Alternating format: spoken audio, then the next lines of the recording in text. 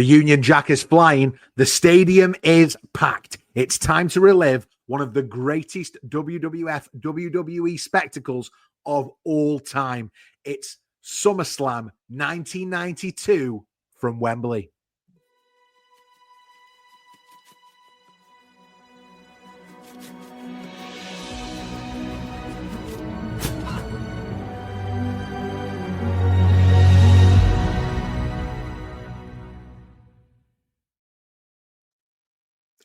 Hey, it's Scott Barrett, and you're back with the burning truth.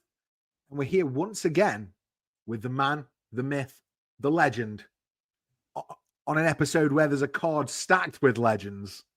It's Matt Burns, everybody. How are you, Matt? You okay?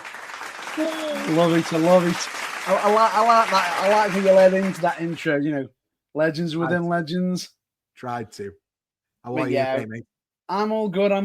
One thing I will say is, as you just so nicely said, you know, wrestling in Wembley Stadium, it fits so well. Oh, absolutely. And 1,000 screaming fans. And this is just more evidence that WWE did it before AEW. Yeah, absolutely, it did. In 1992. And we've been doing a bit of a series on 1992 this year, Matt Burns. Earlier on, way back at the beginning of the year, we watched Royal Rumble 92, and it was our first watch along, actually, the first one we'd ever done. And we watched that thanks to a request on the podcast. I think it came through the email channel, didn't it? It was part of it was through email, part of it was through Facebook. But the difference is we always have an ear out and always ready to listen. Absolutely. And available. And we want to do these watch alongs, and it's become a regular part of our programming now, hasn't it? And I think 1992 we started the year with the Ric Flair win in the Royal Rumble for the WWF Championship. Then fast forward a few months and we watched WrestleMania 92, which was Ric Flair versus the Macho Man for that championship. Yeah, I think we also had Hogan and Sid. Absolutely. And now fast forward, we're at SummerSlam 92. And from what I remember, Matt Burns, is we're starting to move towards a bit of a transition phase for the WWF at this point. You know, we're not too far off. Maybe in the middle of next year, beginning of next year, we're into a new generation of the WWF. But this is a really interesting time where we've got some probably different characters than what we saw in the January in the Royal Rumble. Yeah, and I'm just looking upon the past of the show, and I've just noticed a bit of an interesting fact about SummerSlam. And if this is true, from what I'm seeing, they could have actually had a dark match during the event that only the local crowd knew about. Really? Yes.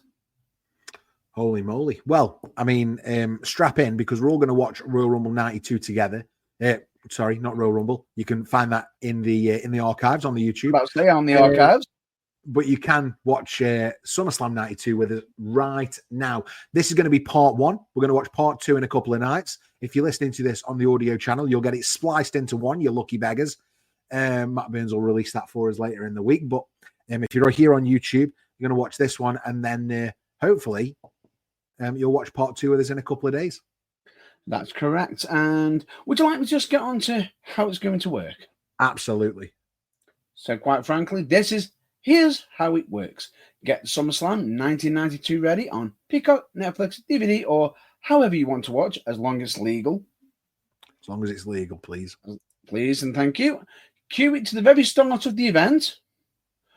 When we count down, 3, 2, 1, play. Hit play at the same time as us. From there, we'll guide you through with every match, with live reactions, insights, and some classic wrestling trivia, and possibly drop on a few modern day knowledge as well, as in current events and everything.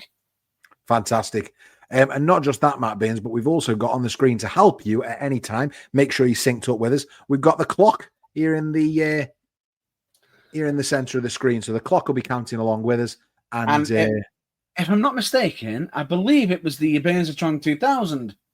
That is what we christened it, yes, the Burnsatron 2000. Thanks for reminding me, Matt Burns. shall we give everyone a 2-second pause to go and get SummerSlam 92 loaded? Ready? Pause it if you need more than 2 seconds. And from there, I think we'll go 3, 2, 1, play. And SummerSlam is sponsored by Ica Pro. Straight in. Love Ica Pro. Failed bodybuilding supplement, Vince McMahon. Loved. And from what I remember, this does just sit shy of the 3-hour mark. I think 2 hours 45, 46 for SummerSlam. We're going to watch the first half tonight, so about an hour and a half, an hour, 80 minutes. And then we'll come back later in the week for the second part of that.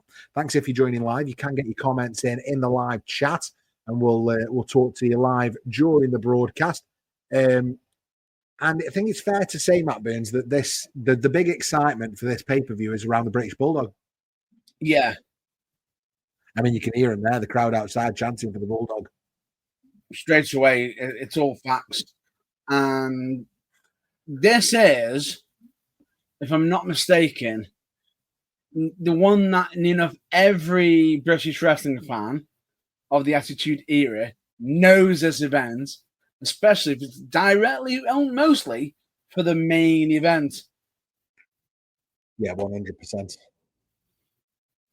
And the show was massive, great event, loads going on. But I think everybody knows that the British Bulldog is the main guy here. He's the hometown guy, and he's the guy that everyone came to see. Now, interestingly enough, just to make you all aware, there are actually 3 dark matches on this event that you won't be seeing. Now, Only 2 of them have currently happened, which was Jim Duggan and the Bushwhackers defeating the Mountie and the Nash Boys. Okay. And Papa Shango defeating Tito Santana. So what happened with the third one then, Matt Burns? The third one actually happened later on during the event. Oh, wow. So what did they do? Cut the feed or? No, I think they were actually doing something else. Probably doing, it was literally in between the night, between the Undertaker versus Kamala match, and that match and the main event. Right.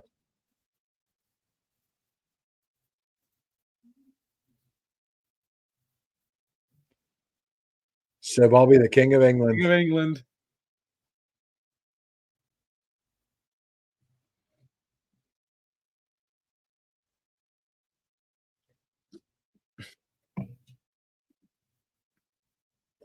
I can never get used to it. You know what? He was so good as a heel authority figure and the Mr. McMahon character. But I find it really hard to go back and watch him as a commentator.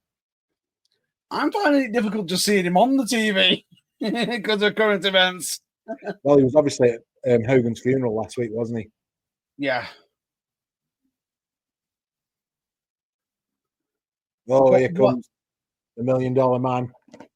Everybody's got a price. Now, this one is an interesting opening match for us. Okay. Do you know what it is? Go on.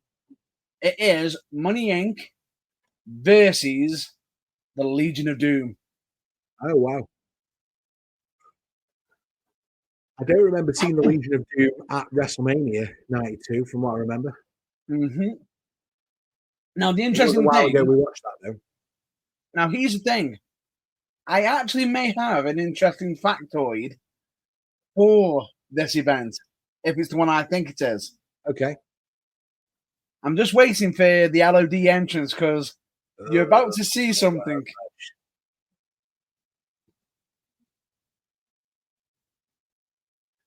Because I will say, fair play to what happened. Because something happens during the LOD entrance.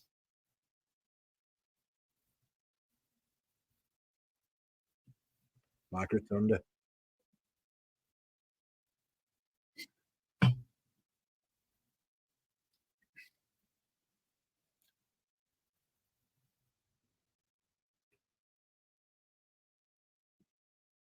Here comes LOD.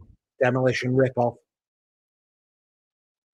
Excuse me. Here it is. It is the one I think it is. It is the exact one. They're all coming down on bikes, right? Yeah. One of them parks wrong. On a carpet as well. Yeah. Brave. If you watch, one of them's ended up parking a little bit awkward, and because of it, the other one, if you look, Animal, it just had to go off the bike the wrong way, and because of it, the muffler of the bike ended up catching the muscle of his leg. Oh, that's the worst. So he's touched the exhaust and it's burnt his bloody leg. Burnt his leg and also pulled on the muscle. Oh. And I know this because of the LOD thingy documentary. Right, okay, got you. And you sit there and think they're going to make this a quick match now because he's now got a bit of a boo-boo on his leg. Nope, they duke it out. If you notice, he's not as maneuverable on his feet right now, is he?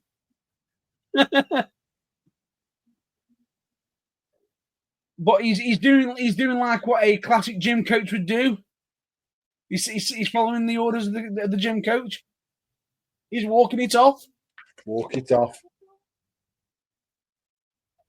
But at the same time, fair play to him. He's just done that, and he's managed to sort of reset himself.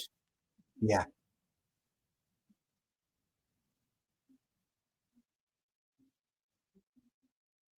Tell you what, Animal's tan's nearly as good as mine there.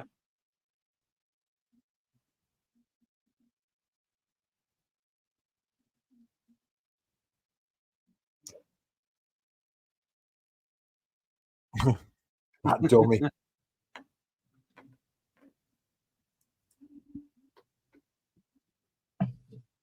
And Ted DiBiase in all white. Yeah. Was that also another rare thing as well? Yeah. Because he normally wears black, doesn't he? Normally. Maybe it's a special Wembley outside show thing. I will say this. Credit to anybody who wears all white. Oh, it's brave. It's very brave. Ted DiBiase, though, genuinely one of the most underrated workers of all time in my book. Oh yeah, definitely. He to be honest with you, he knew how to stir up a crowd, and if I'm not mistaken, he also had some inadvertent first time showings of some wrestlers, even be it either if he was just offering them money. If you want me answer on that question, I can already say it already. Yeah, so which tag team had the better entrance music? Was it the Legion of Doom or was it Money Incorporated? Money Incorporated's money is, song is money. But what a rush. Come on. I'm not a big fan of LODs. I think Demolition, in this era, Demolition had the best entrance music. Here comes the axe, and here comes the smasher. IRS takes a hard buckle there. An Animal keeps him in by his tie.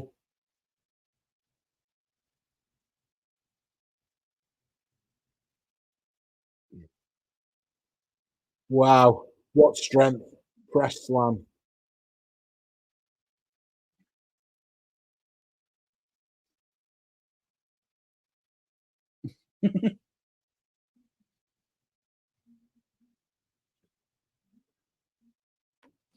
He's no small dude, that's for sure. I mean, all four men in this, they're not exactly small guys, are they? No, they're not. Boom.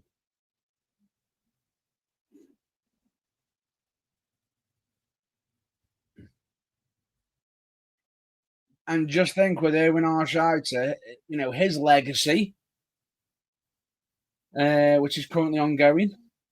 Yeah. And with one of them that we pay tribute to as well. But honestly, great opening match right now with two solid teams. I've got two iconic entrances, and you could get a reaction. Oh, absolutely. Great opener. I know they have the dark matches, but a great opener for the show. Yeah. Proper characters in there. And that Wembley crowd chanting for LOD. Again, if you're listening along or watching along, we're currently watching SummerSlam 92. The clock in the center of the screen is at 10 minutes, 32, 33, 34 seconds. If you want to sync up with us and watch along with us, or if you're listening along, you can sync up with us via audio. We're at 10 minutes and 43, 44, 45 seconds. Thank you for watching along. Big question at the minute that I want answering is which tag team had the better entrance music? Was it LOD? Was it Money Inc? We know Matt Burns' thoughts. My answer is Demolitions. Neither of these had very good music. Actually, no, that's a lie. I do like Ted DiBiase's music. I would probably pick him. But if I had to pick a tag team's music, it would always be Demolitions. What a duck there from IRS. Orc took a tumble.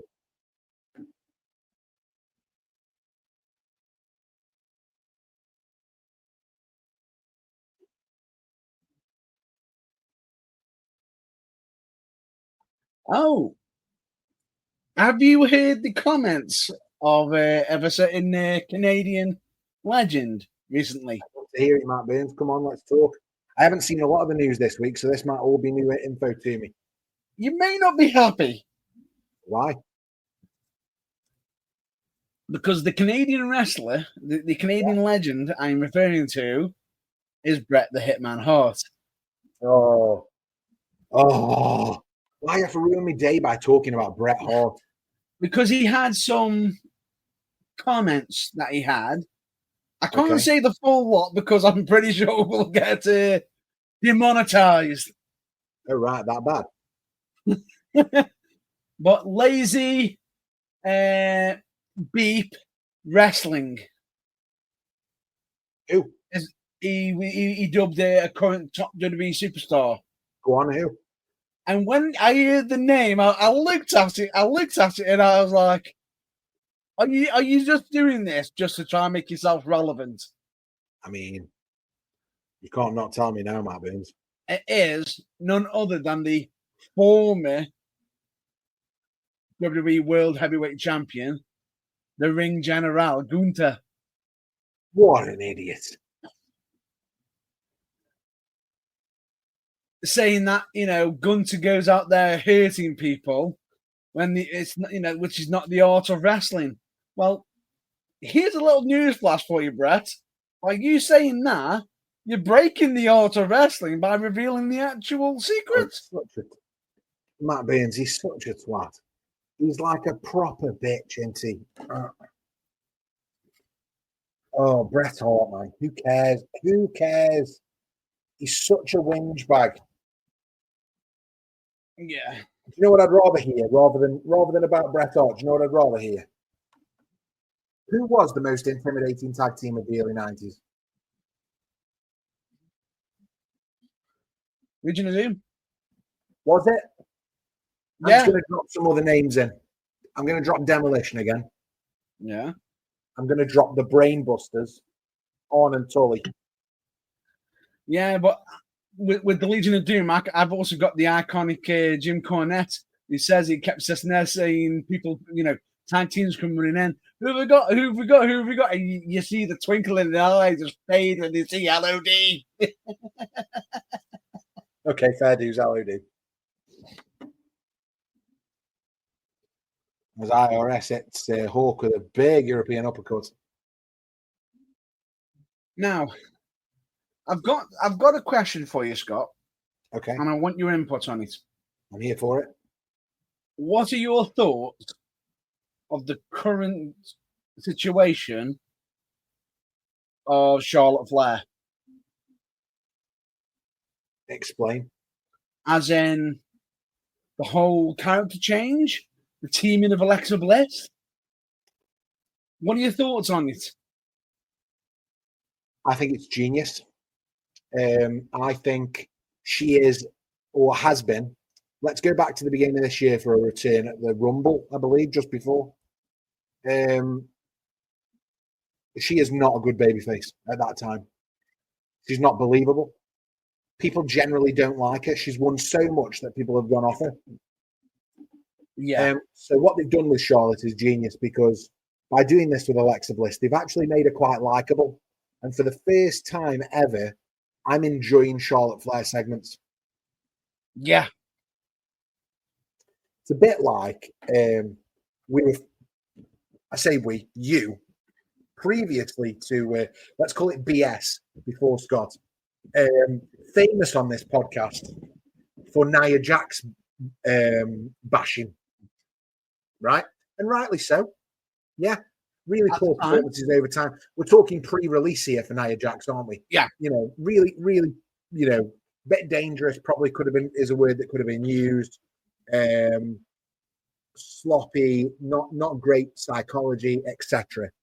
But she came back, and we know that throughout last year, she was one of the best things about WWE. Genuinely, one of the big double down there. One of the best things about WWE. Yeah. And now we sing Nia Jax's praises on this podcast. Well, yeah. I'm hoping that long term, this has the same effect on Charlotte Flair for us. I feel as though we are. Because we're already talking positively about her right now. And here comes Animal. Hot tag. Oh, big shot to Ted DiBiase. Big drop kick to IRS. Puts DiBiase in the corner for some stomps.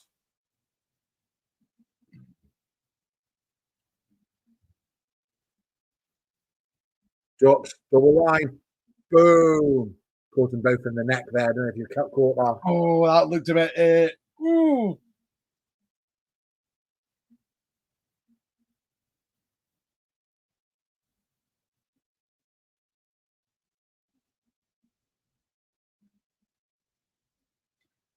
I love that name, Erwin R. Scheitzer.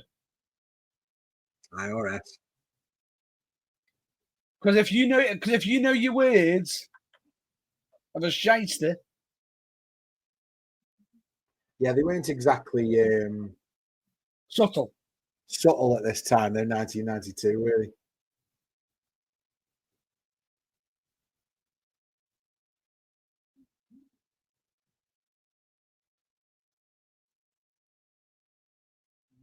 And there we go. Big win for the LOD. And fair play to Animal hitting that big power slam after what I mentioned earlier. Oh, yeah, completely.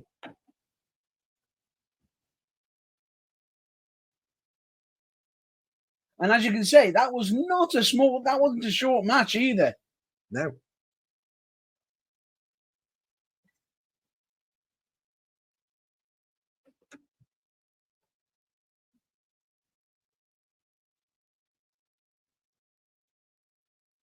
I do. Ted turns around, gets a big power slam from Animal.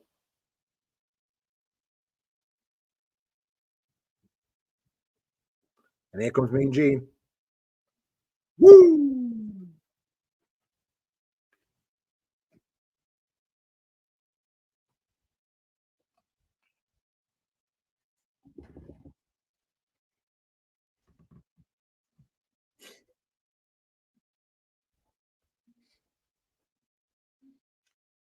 Is he on this show, Matt Burns?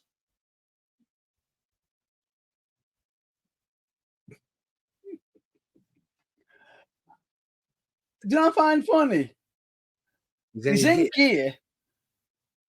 He's in his gear. He's in his robe. He's not even booked.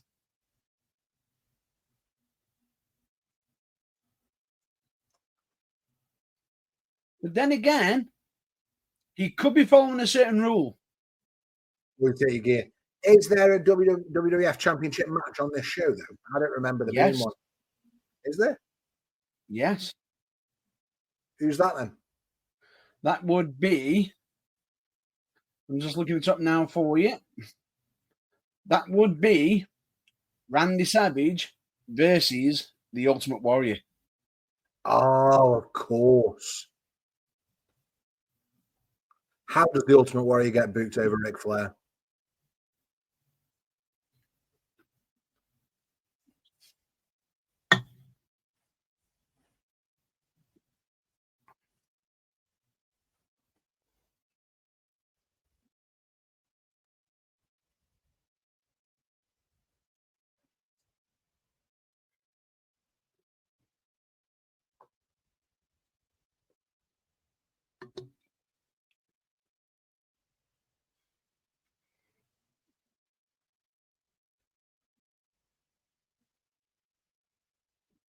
It's a simple noise he's making. It's a simple noise, but it's effective.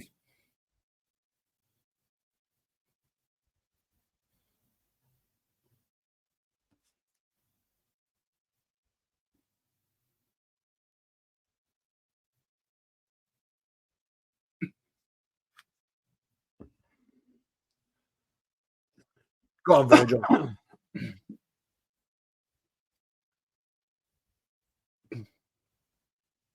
The ex-convict Nails.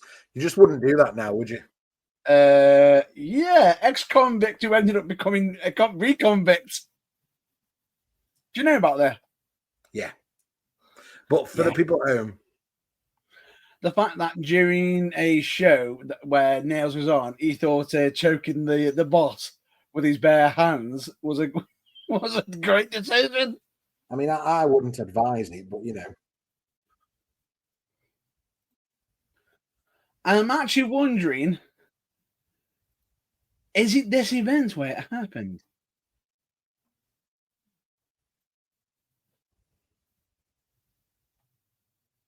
Nope, it wasn't.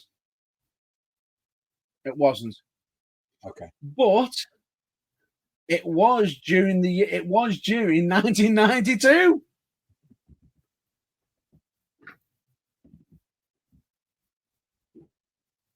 Nails versus Virgil.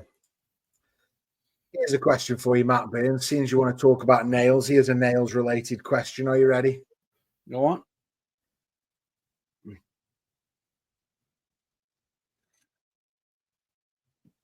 Was Nails one of WWE's creepiest gimmicks ever? It's not the creepiest, but it was still creepy. Yeah. Yeah, he wasn't sucking toes and kicking babies, was he? But and you couldn't say he's a beautiful boy. No. He had the face that only a mother could love. Or the boogeyman. Even I think he second guessed it. He'd probably just go back to his worms.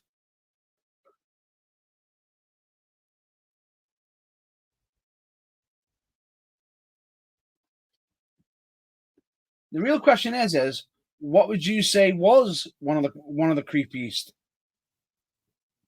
Gene Snitsky, man, for me. Sucking toes and kicking babies. Yeeting babies. What? That's a callback to an earlier episode. If you know, you know. Yeeting babies and the foot fetish. Yeah. Oh, well done, Virgil. Oh, Nail should have gone down there. The irony of it is, the whole foot fetish thing, that was all true. Yeah, of course it was. Now, for me, a creepy gimmick, I have to go with Bastion Booger. Bastion Booger, really? I find that a bit indifferent. It was gross. Big roll from Virgil. No. Reversed by Nails. Choking him. Question. Another question here, Matt Burns. Do you think Virgil was underrated in the ring? And maybe you can answer that as the match goes on. How honest and brutal do you want me to be? I want you to be completely honest and brutal. If he was a top talent, he would have been able to make it anywhere. After his WWF tenure, when he went to WCW with Vincent, where did he go? Bear this in mind, if he was such a top talent, we never would have got the infamous meme. I mean, it's harsh, but is it, Matt Burns? Harsh but fair? Who knows? Again, if you're watching along live with us, WWF SummerSlam, we're currently at 25 minutes and 23, 24, 25 seconds, 25, 25, make a wish. If you're listening along with us, exactly the same. Just sync your recording of SummerSlam 92 up with us, 25 minutes, 34, 35, 36 seconds. And thanks for watching along with us. Remember, if you're watching along live, you can get your answers in the live chat. You just need to be a subscriber. It's free to subscribe. And we are on the road, Matt Burns, to 1,000 subscribers on YouTube. So please hit that subscribe button and show us some love. Like the video, comment, share, do whatever you do, guys. Share it with your wrestling friends. Also, probably worth noting that we're all over all the socials, aren't we, Matt Burns? All you got to do is look for the championship belt above me and behind Matt Burns. Type in the Burning Truth and look for that championship belt. If you find it, then that's us. And give us a like. Facebook, Twix, Instagram, Blue Sky, Threads. We're everywhere. We're everywhere. TikTok. We're on TikTok, baby. I've got a bit of a question for you right now. Have you watched the interview of Tiffany Stratton on Impulsive? Not yet, but Nails is just. I think Virgil's out. I think Nails is the winner. Nails won no entrance, but won the match at SummerSlam. Yep. And now he's got that nightstick. If I'm not mistaken, I can see a save coming here. That policeman's baton. Yeah, I think it's Big Boss Man from what I remember. Yeah.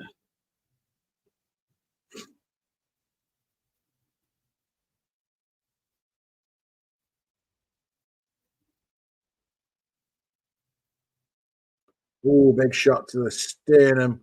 And nice choking him with the nightstick. I'm not surprised Nails never became a top guy, Matt Burns. I don't know about you.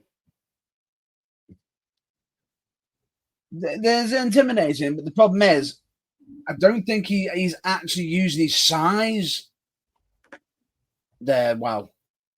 Yeah. I can see that.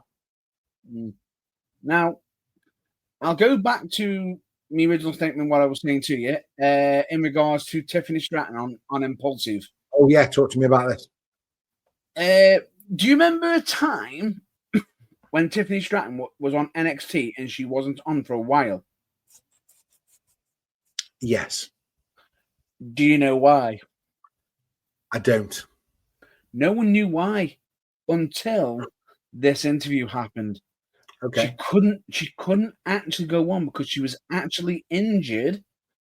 And when I say what she was injured from, you will be shocked. Okay, spill. She was involved in a road rage accident. Right. Where she inadvertently cut off an individual and there was a bit of a collision. Right. There was an argument that happened with the said driver and Tiffany. Yeah. Tiffany openly admitted that she was in the wrong. She caused the accident a little bit.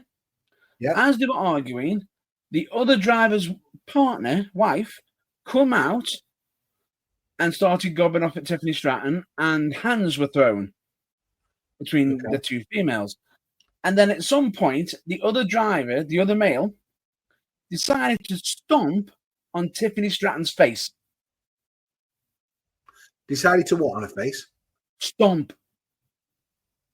Put his foot in her face.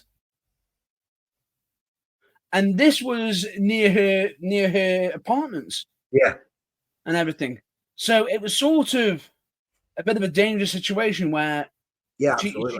She ended up having to leave crying Yeah. left the phone there, and then she had to go back to try and claim her phone, but they were still there and chased her off again. So they had to get the police involved, and the damage was so bad to her face, they had to keep her off until she fully healed. Madness. Yeah, I suppose because her face is half a gimmick. She's pretty, isn't she? Madness.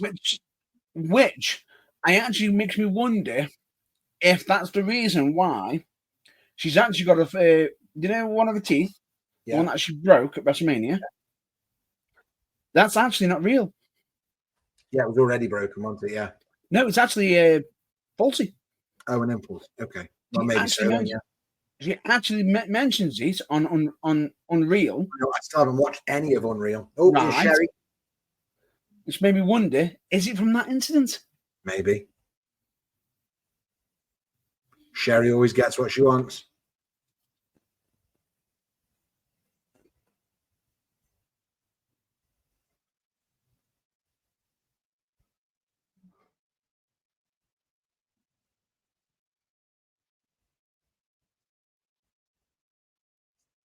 So they're not going to hit each other in the face. That's the stipulation.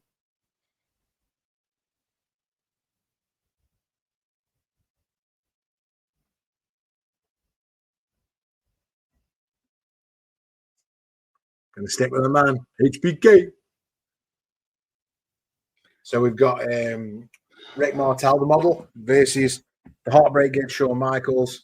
And this is right at the beginning of this whole Shawn Michaels heel persona singles character that we grew to love. The question is has he made the change yet? Rob. His finisher. Oh, yeah, true. Yeah, has he picked up the Sweet Chin Music yet? But no, he has picked up the Sweet Chin Music. But the funny thing about it is, he didn't actually use it as a finisher. He used it as a transitional move. Mm. Do you know what the original name was? The original finisher? Go on. The Rocket Dropper. Teardrop Suplex. Oh, okay.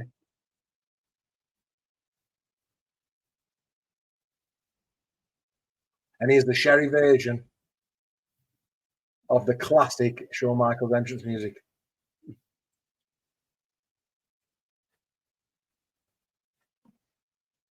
Classic. There's something that gets me about this version of the song.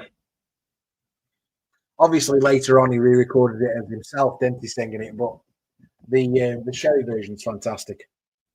Yeah, because it adds a little, because it's from he's my sexy boy to I'm just a sexy boy. Absolutely. And there's a question on the screen there, Matt Burns. Should WWE bring back more comedy stipulations like this one? No hitting in the face. Or do you think these should be left in the past? I think they should do whatever's necessary for whatever storyline.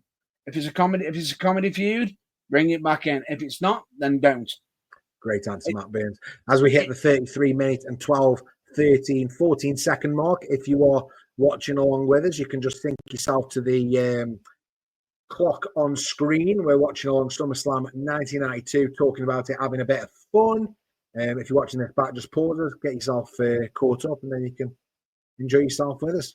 As Shawn Michaels makes his way into the ring. If the live chat's not working and you want to post in a live chat, just make sure you subscribe to the channel. It's free to do. Hit that subscribe button, like the video, maybe even share it with your friends. Who knows? Do all the good stuff. We love you for it. Rick Martel's not happy about Sherry being there. And Sherry's indifferent.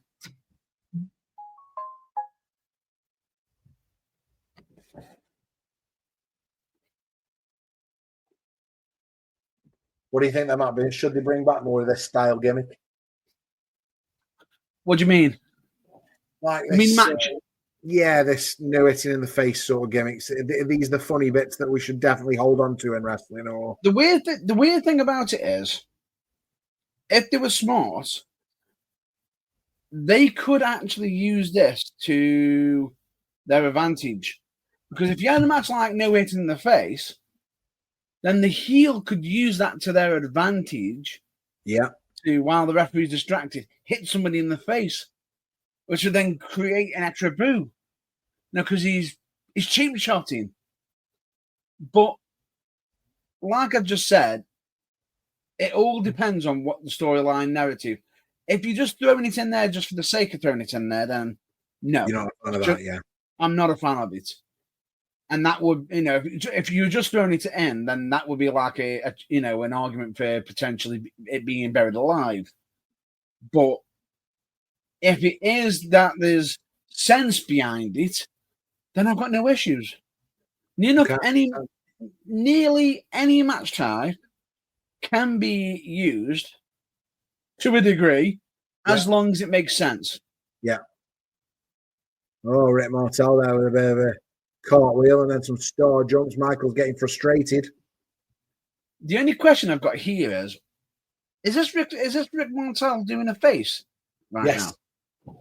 Which is, how rare is that? Yeah, very rare. But Michaels is he's the big heel for this one. So sorry, I'm just gonna get myself a bit comfier for this bit now. Yeah.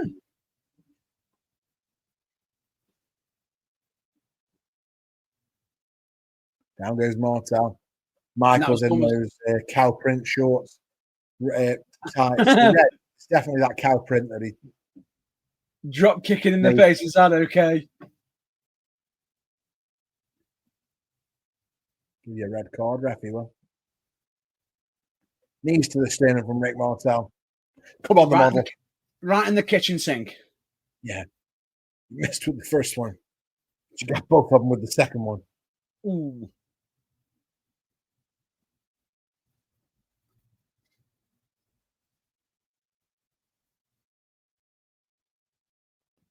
Here goes Michaels ringing that arm.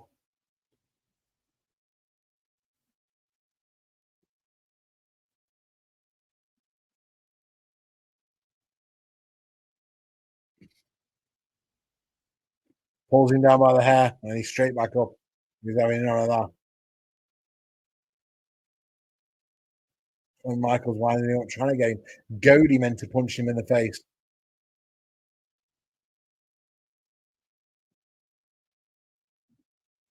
Michael's off against the ropes. Rick Martel goes over. And now under. Here comes Michaels, misses. And straight to the outside, over the top rope from Rick Martel onto Shawn Michaels, who doesn't know what he needs to do against Rick Martel. He totally got his number. One thing I will say is, Rick Martel, would you say he was an underrated individual? Would I say he was underrated? I think he was probably rated fairly. Yeah. I agree with that. I think just like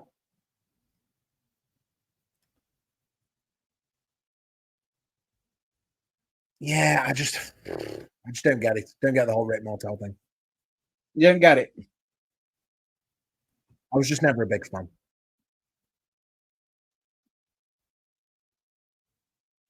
Slap him, Sherry.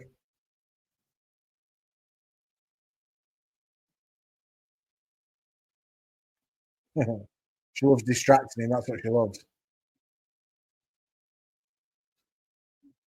Which is good heel work. Absolutely, 100%.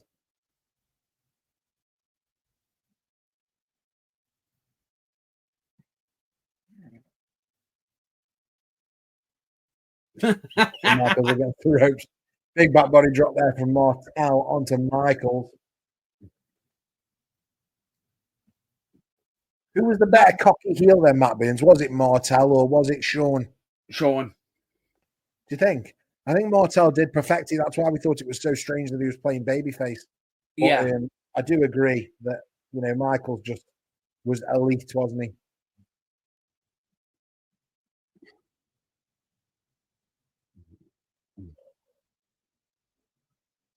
Oh, that's a 2 count for Michaels through that roll up. And it's a double moon.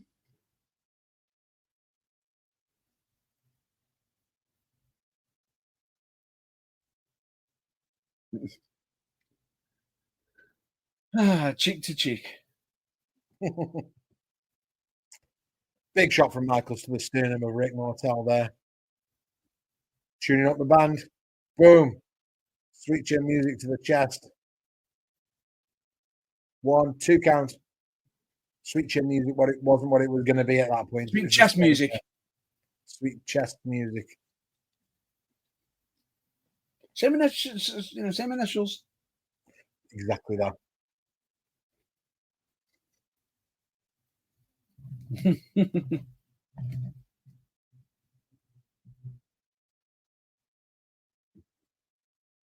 Oof. Michaels gets that foot up. Got Ryan and the kisser.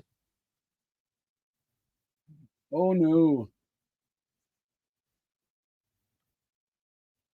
Michaels not with the ref there at all again. Consistently giving the ref loads of grief. And there's the roll up from Martel. Not to be though.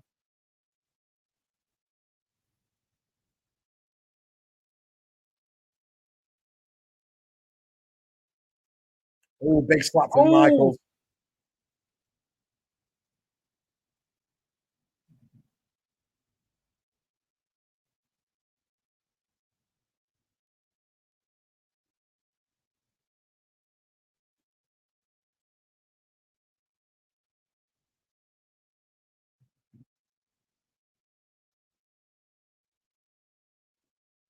Such a good actress, Sherry. Totally underrated.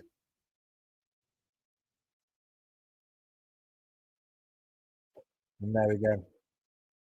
Michael's now on the outside. Can't win the match on the outside. I know he's there with Sherry, but even so.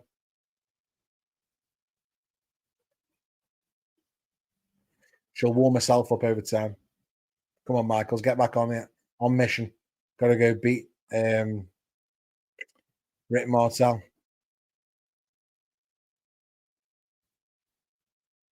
CPR.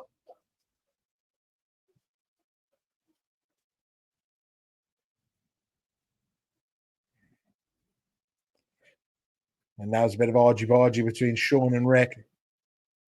And Sean nails Rick Martel.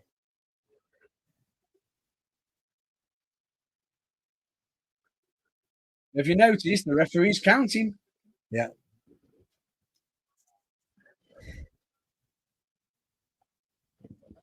And there's the count out. And Sherry's moving. Michaels and Rick Martel.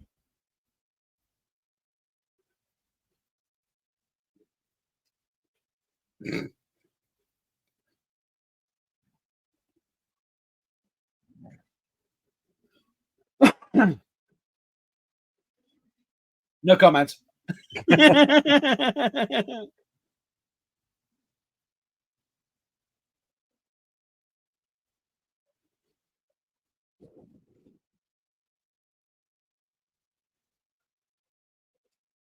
And I'm sure that was the Texas Tornado then, one of the officials. Yes, it was. Michael's getting back for Sherry. Official watch. Oh, yeah, true. That's more a 1999 game. Yeah. The 1990 game. Instead of referee watch, it's now official watch. 1992, I'm not as familiar with the referees, but we're going to finish this watch along this week, and I think we're going to jump into another watch along again next week, Matt Burns, if I'm not too much mistaken. We're going to come back at you with SummerSlam 1999. The last one we did in 1999 was fully loaded. We've been doing the same as this sort of 1992 mission, where we've been trying to watch all the PLEs from that year. But I think 1999 we're at SummerSlam. We need to get that one watched pretty sharpish too. So you're going to get 2 weeks back to back SummerSlams. And it's been a hot minute, Matt Burns, since we. Hang on. Coming back. Jerry, Boom! Oh no! It's all Martel's fault. But I would like to ask you about SummerSlam again, and I would like to ask you your opinions on the John Cena face turn.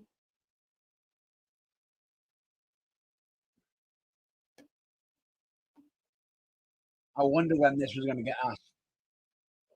I'm just interested what your thoughts are. I feel as though. Don't go Sherry again. I feel as though they might have corrected a mistake. Yeah. And just hold that thought for a second, Matt Burns, because again, we are watching SummerSlam 1992 live. We're currently watching on Netflix. You can watch however you like, but we are instantly reacting to what we're seeing and talking through the show. And if you want to be part of that, we're at 44 minutes and 44 seconds, 45, 46 seconds. The clock on the center of the screen will give you our clock to where we're watching, and you can sync up and watch with us. If you're listening to it, again, we are now at 44 minutes and 56, 57, 58 seconds. Just pause it and catch up. 45 minutes watched so far of SummerSlam 1992, and I'm thoroughly enjoying it so far, Matt Beans. But please, what's he got about it thought on Sherry. Not on Sherry. On John Cena's face turn.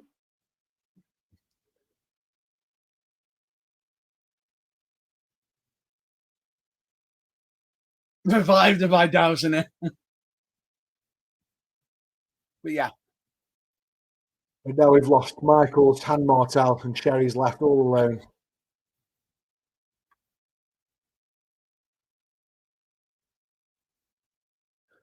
Right. But after the humiliation of Sensational Sherry, yeah, we'll now move on to the.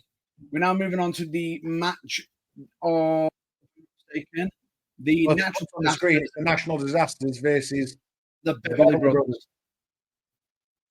Now, for me, the John Cena situation, I feel as though, yes, turning Cena, it was iconic.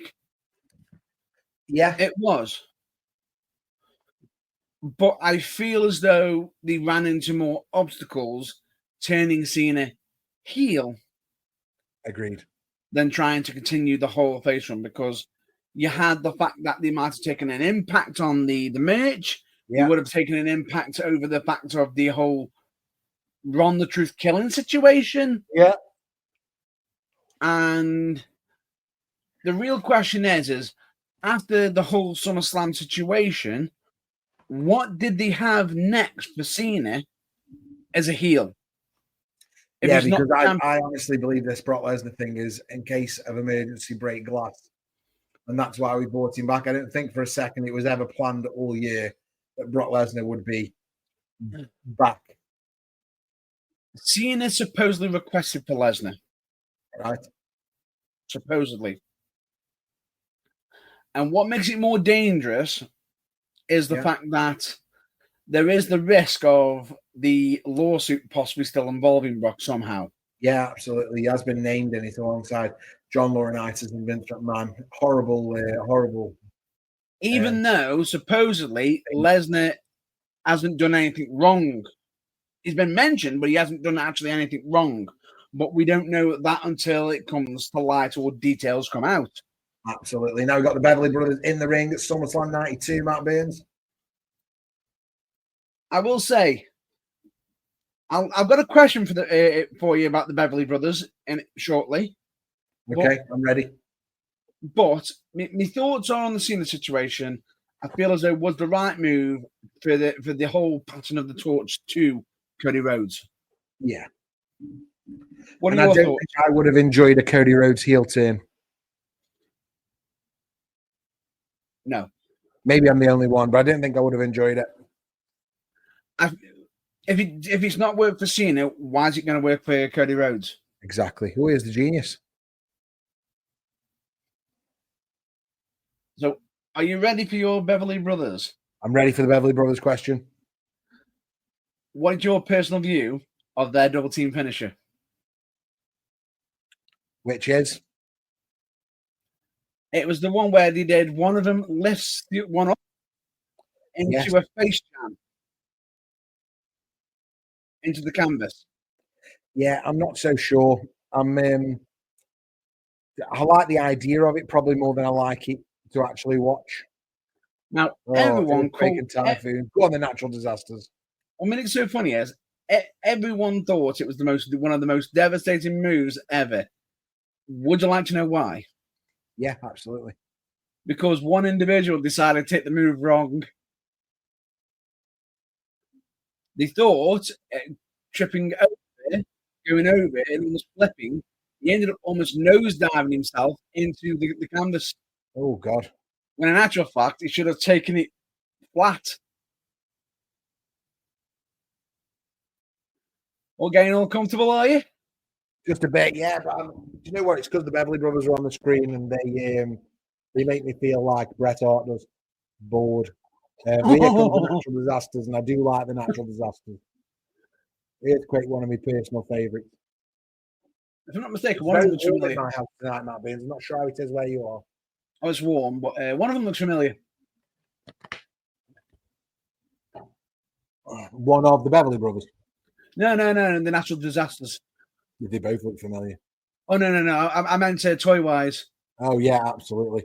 There is a, for anybody that hasn't been listening and watching the channel for a while, my son, my youngest son, Ezra, he saw a figure of John Tenter, Earthquake, and he swears down that it's Matt Burns, which I think's hilarious. Your mum must be so proud. It's an accolade I'm taking. Yes, but none of that. It's an accolade I'm taking it. Absolutely. Now we're getting set for the Beverly Brothers. Well, we started. Now we're getting some control over the situation. Typhoon sends Beverly 2 off the ropes and a back elbow, putting him down. I believe that is Bo. Yeah, probably. Big body slam by Typhoon. Absolutely nothing. Oh, and there you go. Walks over him like he's nothing. And now comes to drop the leg. Missed the leg drop. Ooh. And then, a rake to the eyes there to keep Earthquake, to keep Typhoon down. Goes for a body slam, but Typhoon's too heavy. Oh, but he gets him up, and Typhoon falls on him. Oh! And Earthquake just puts Beverly 1 down.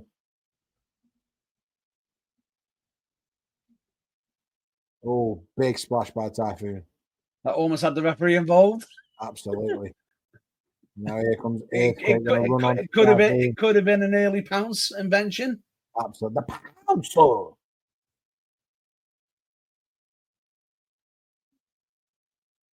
no. Typhoon and Earthquake just collided. Cody putting Typhoon down. Does look like 2 Cody Rhodes is in the ring. Bleach blonde hair, terrible tights. Flapjack comes, splash. And Typhoon kicks him all the way out of the ring. Fantastic. Hey, Matt Burns. What's your favourite Beverly Brothers match? The one that they're not involved in?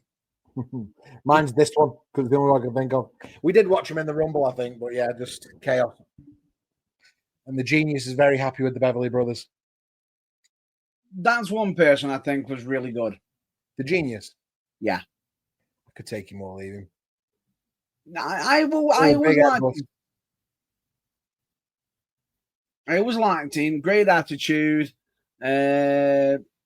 Outside of the shows. But to be honest with you, I think character-wise, he always portrayed that character quite well. He always spoke well for himself and everything. And as much as he was the brother of Randy Savage, which not many people know that. Nope. I almost sound a bit like Michael Caine. Not a lot of people know that. Not a lot of people know that, yeah. They're not supposed to blow the bloody doors off. Anyway, continue. Well, the point being... Wait, one more, sorry. Some people, Master Wayne, just want to watch the world burn. Carry on. What's interesting is he never shied away, or as much as he could have been selfish and put himself over because he is the brother of Randy Savage, he never did. No. He always generally... I mean, that probably wouldn't have washed with 1992 Bruce Patton, Vince anyway, but even so. I'm just saying, he was always giving in the sense of putting others over. Yeah, absolutely. I get that totally. Which to many is a good attitude. Yeah.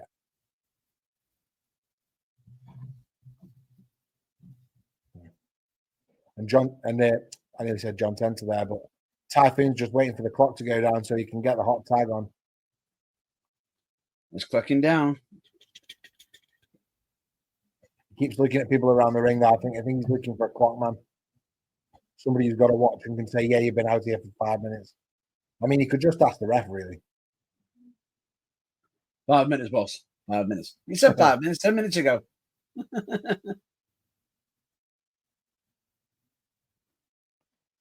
And Beverly Brothers still absolutely on them.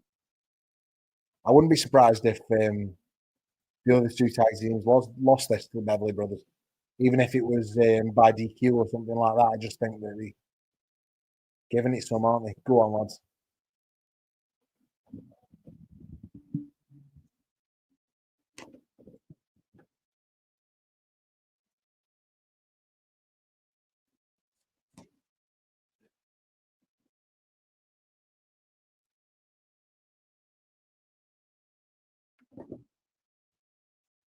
Big question incoming, Matt Burns.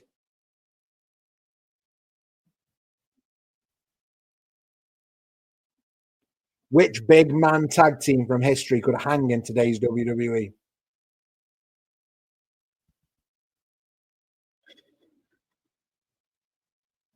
And when you say big man tag team, how do you mean? I mean big man, super heavyweights. I'd say the Natural Disasters, definitely. Yeah. Demolition for me. I know I've said them 3 times tonight now, but I really feel Demolition. Maybe LOD as well. LOD, Skyscrapers? Yeah. Brainbusters, again, another one. You know what I think? You're talking about big guys, but one of just the most underrated tag teams for a WWE audience anyway. Harlem Heat, man.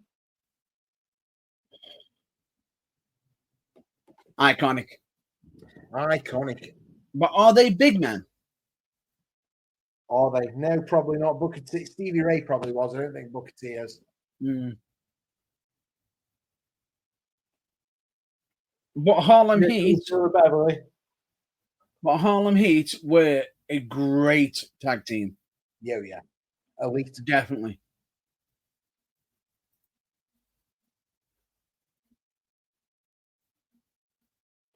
Oh, and a big double clothesline from Typhoon. Perfect timing. The crowd goes wild. Let's give them what they want.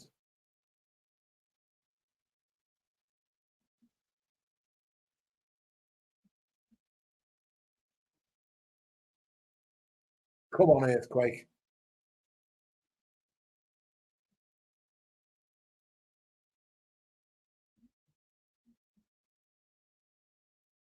Oh, drop kick from the other Beverly. And now Typhoon's been pinned 1, 2, and another kick out by Typhoon. Big shots to the back of the head there from Beverly 2 onto Typhoon. Tugboat, Typhoon, I forget.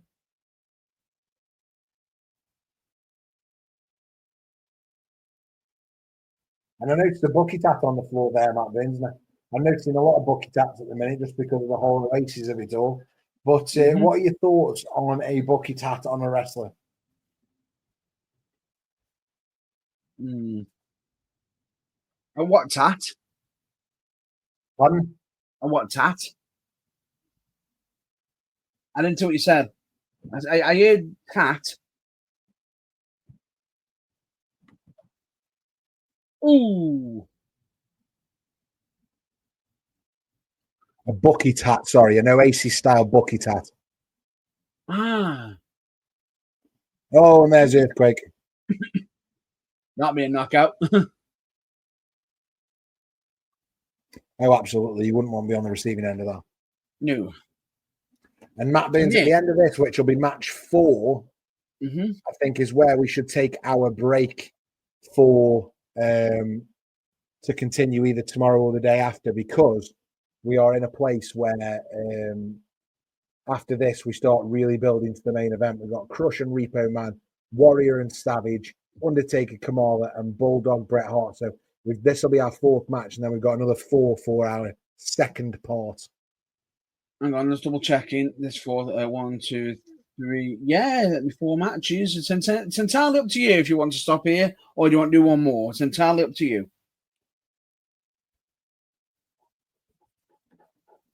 Here comes John Tanton. As for tattoos, it usually depends on the individual. Tattoos. I was on about bucket hats. Oh, bucket hats. No issues with them.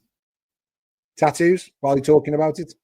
Tattoos, depends on the individual and depends on the actual business itself. Now, if you're doing a gimmick where you're meant to be clean cut and everything, having tattoos may Not not a good look. Yeah. may not Maybe help. wear something with sleeves. And this coming from an individual who's got tattoos. Yeah, absolutely. You can sometimes, because the modern individual say, most modern individuals have tattoos nowadays. Yeah. But back Yeah, then, I'm a rare breed, Matt Burns, with my my zero tattoos. yeah, clean cut. Almost straight edge. Here comes the earthquake. Oh, Straight, no inked. what a finish. That's Earthquake's finish is so good. Game over. A very young Mike Chioda there on ref watch being told off by the genius. Yeah. Oh, And no. brings him in. And Typhoon and Earthquake are going to have some fun here with the genius. Lifting him up and slamming him out of the ring. Goodbye. Now, if that was in modern today, there'd be someone there to catch him. 1000%. But in 1992, the mats outside the ring were softer than the ring. To a degree. It would be just weird. Well done to the tag team champions, the natural disasters. No, it wasn't until Vince bumped into in the ring he suddenly realized we need more padding. That's exactly the story. And here we go, that replay now of John Tenter, the Earthquake, knocking the opponent off the apron, and then boom, dropping that ass on Beverly One.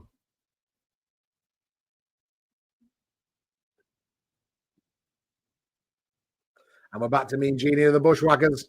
Looks like Blake and Bo are in trouble.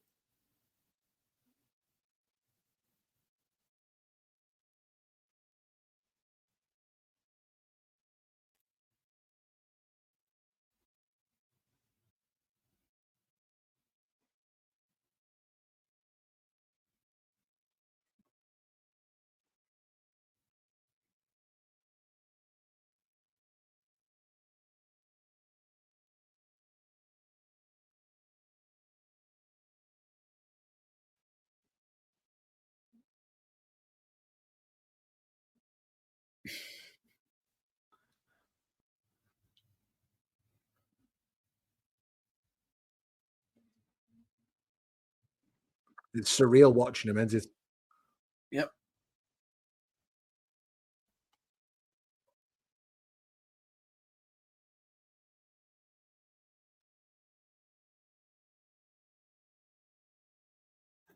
Keep it a secret while also blaring it down a microphone.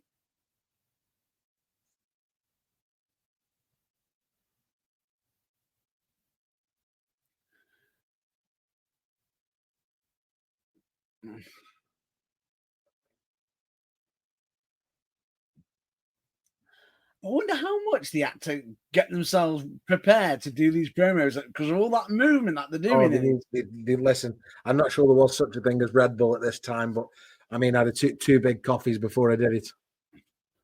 Because come on, that's a workout and it's right. 100%. I'm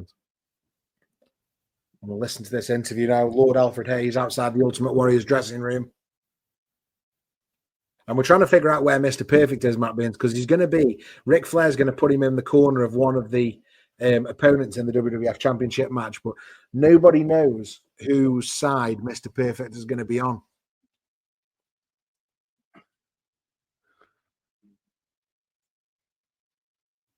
And he's going in the Warriors dressing room. And try to...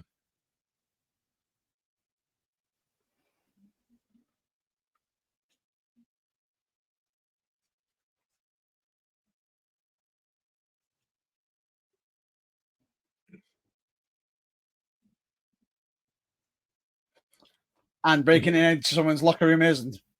It.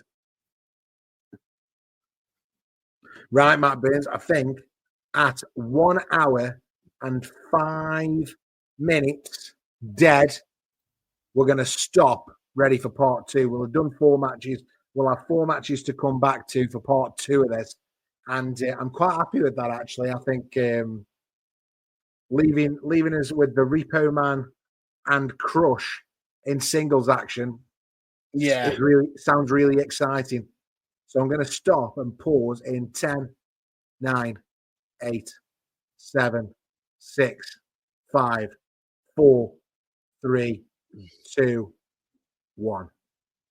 1 hour and 5 minutes ready for Crush versus Repo Man. And I think we were just going to get Crush's entrance there, weren't we? So I think that's a really good time to do it. Excited for part 2. Excited to see The Undertaker and Kamala. Excited to see whose team Mr. Perfect will be on, the Ultimate Warrior or Randy Savage. And very excited to watch the match on this card that I have seen before, which is the British Bulldog versus Bret Hart for the Intercontinental Championship. Really excited for that main event. Seen it before. It's a wonderful match.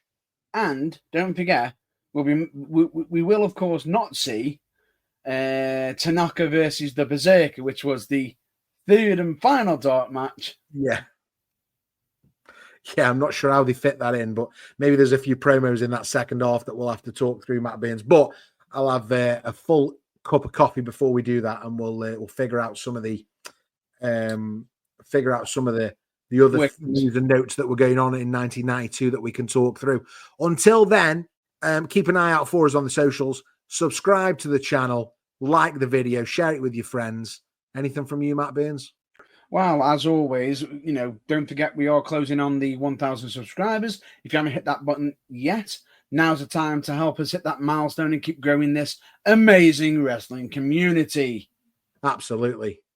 But most importantly, until next time, stay fired up, stay passionate, check out your local wrestling promotions, and of course, remember, DFTBA. And in case you don't know what that means, it of course means don't forget to be awesome.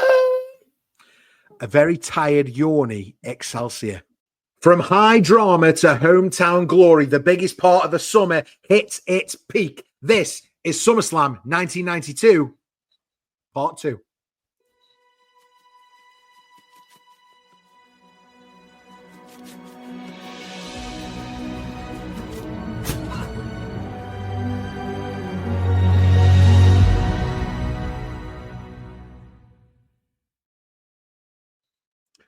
Hey, it's Scott Barrett, and you're back with the burning truth. And before I introduce the beardy weirdy himself, let me tell you, I love that graphic that's just been on. How good is that graphic? It's supposed to be a bit of a homage to Bad Robot, but it's actually a bad toaster, and I really like that. Anyway, it's time to introduce the beardy weirdy himself. It's Mr. Matt Burns, everybody.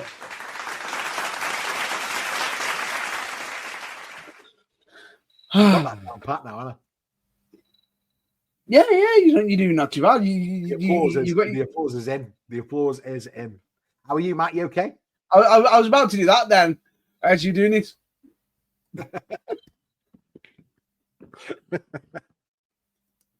Fantastic. Are you ready for part 2 of SummerSlam 92? I'm already ready for part 2.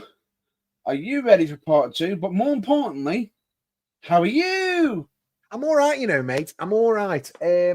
Loads going on this week. I know it's taken us normally when we do a 2-part like this, we normally do it sort of the next day or the day after, but it's a few days apart this time. And I don't mind it because I feel like I needed to digest part 1 of SummerSlam. We had Legion of Doom and Money Inc., Nails and Virgil, Michaels and Rick Martel, and then the dreaded Beverly Brothers versus the Natural Disasters match, which may or may not have caught me out in terms of the old nodding offness. And overall, let's say this: I am not going to blame the Natural Disasters for that. No, it's definitely the Beverly Brothers. But this second part, we got some huge matches: Crush versus Repo Man, which I think Crush is entering now as we get to where we are on the pause. Ultimate Warrior Randy Savage, Undertaker versus Kamala, Bret Hart British Bulldog. Some phenomenal bouts that we're going to watch, and I'm pretty excited about it, Matt Burns. Pretty excited. But before we do anything else, what I want to say is We're on the road to 1,000 subscribers on the channel. So please, please, please, if you're watching along live or you're watching this back, or if you are listening on the podcast, make sure you go back to our YouTube. You hit that subscribe button. It's free. Just subscribe. Then you'll know when all our videos are. And more importantly, if you hit the bell as well, you'll be notified whenever we are going live. And that's dead important because me and Matt Burns, we could go live anytime.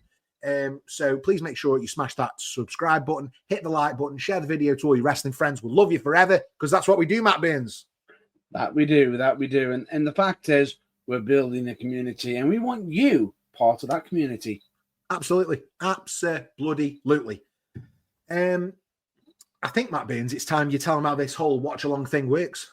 Right. Let's get down to business, shall we? Time to get down to brass Texas.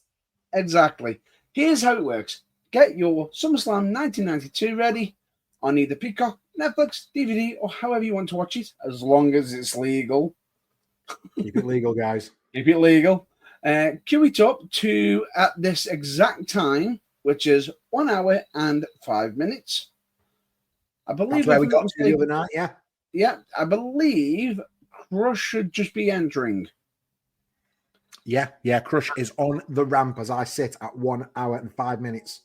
And when we count down, 3, 2, 1, play, hit play at the same time as us. From there, we'll guide you through every match with live reactions, insights, some classic wrestling trivia, and also talking about some of the modern stuff as well.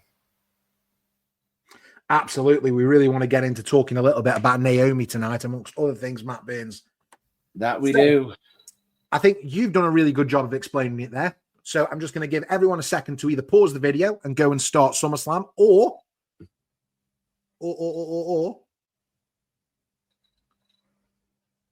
if you're already ready, this is where I go. 3, 2, 1, play. And here comes Crush.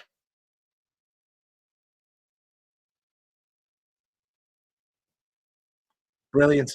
And Crush versus Repo Man, not a match that I'm massively looking forward to here, Matt Burns, but I think it's the necessary evil to get to what's next, which is, I believe, Ultimate Warrior and Randy Savage. If we're following the card, I think that is the case. Yeah, absolutely. Here comes Crush.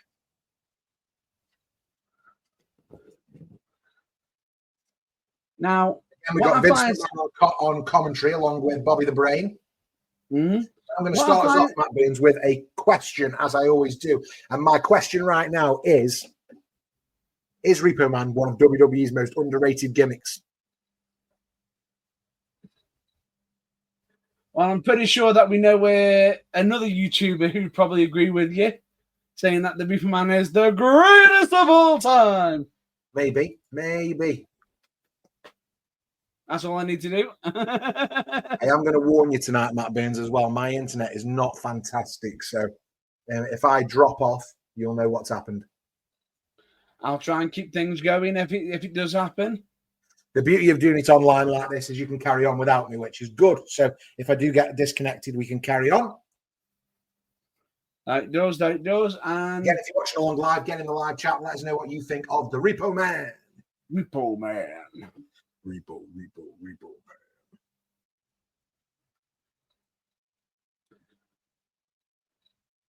Now, what I find interesting is the fact that the Repo Man, if we are going to go down the gimmick route, or if you don't mention about, if I'm not mistaken, he's one half of a certain team that you're a big fan favorite of. Go on. Here comes the axe. Here comes the smash. Absolutely. Love a bit of demolition.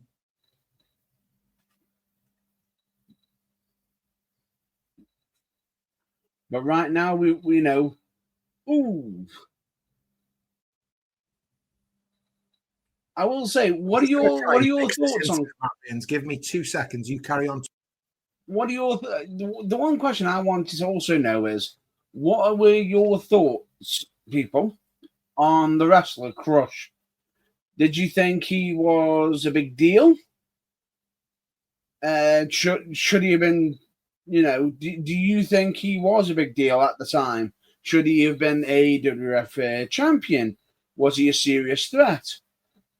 Now, what I find so interesting right now, myself personally, is that while he was under the World Wrestling Federation, or WWE, he was known as Crush.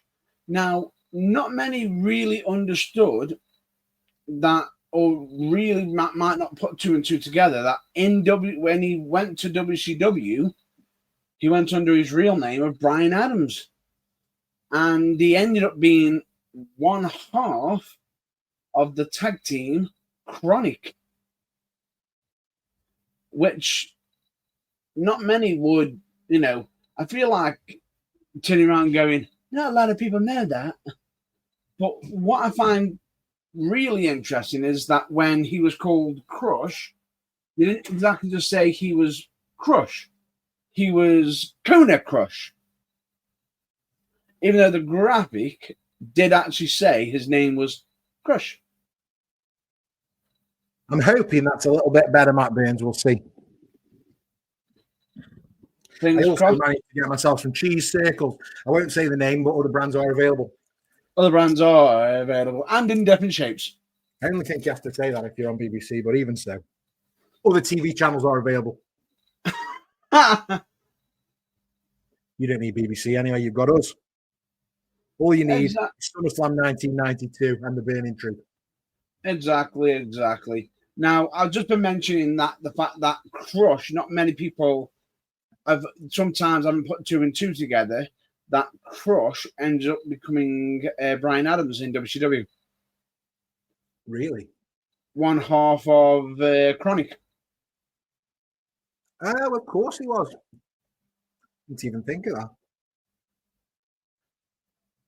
And even though it's called Crush, we keep saying Crush. The weird thing about it is when he entered, it was mentioned that he was Kona Crush. Right. So it was like, pick a name. Is he Kona Crush? Is he Crush? What is he? To be honest, Matt Burns, I missed the finish then for your terrible anecdote. So what happened? Cranium Crush. Crush got the win, and he is Mean Gene. Woo!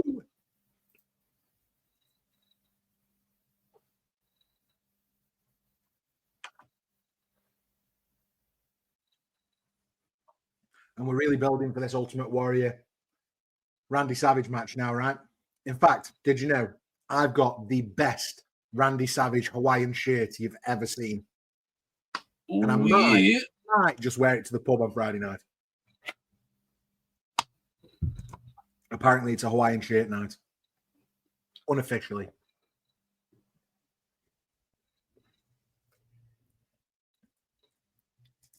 Savage versus Warrior. And it's a real mismatch there because one of them is one of the greatest in-ring performers of all time.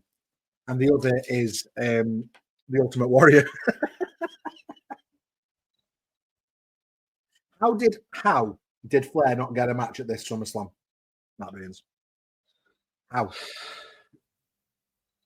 Unknown. I'd love to know how that happened.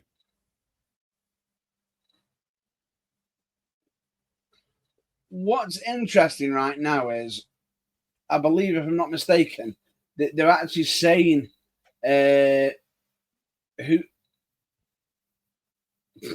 That took a while. That took a while. I forgot about that. That made me laugh. Blair's getting absolutely rinsed, and Mr. Perfect is too busy trying to deal with the bells. Just go, I need to fit this right. And Flair and Warrior as well. Like Warrior he's like not even 10% the performer that Flair was. Ultimate Warrior, one of the most overrated talents ever in the history of the WWE. Pure heart. I'd put Ultimate Warrior up there with Giant Gonzalez. He was pure heart. Pure heart and energy. But that can only go so far. He wasn't a wordsmith. No, absolutely not. Because as much as many people were fans of Ultimate Warrior, here's a question for you. Tell us an Ultimate Warrior promo.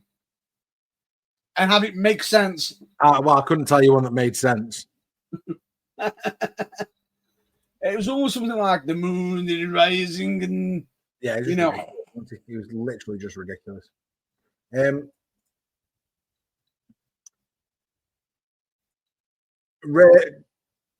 Correct me if I'm wrong here. Carlito won the WWC Puerto Rico title this week. Carlito. Yeah, so he's been released and then won the WWC Puerto Rico title straight after. And the reason I've remembered that is because I've just picked an apple. And you wanted to be cool. That's what he says.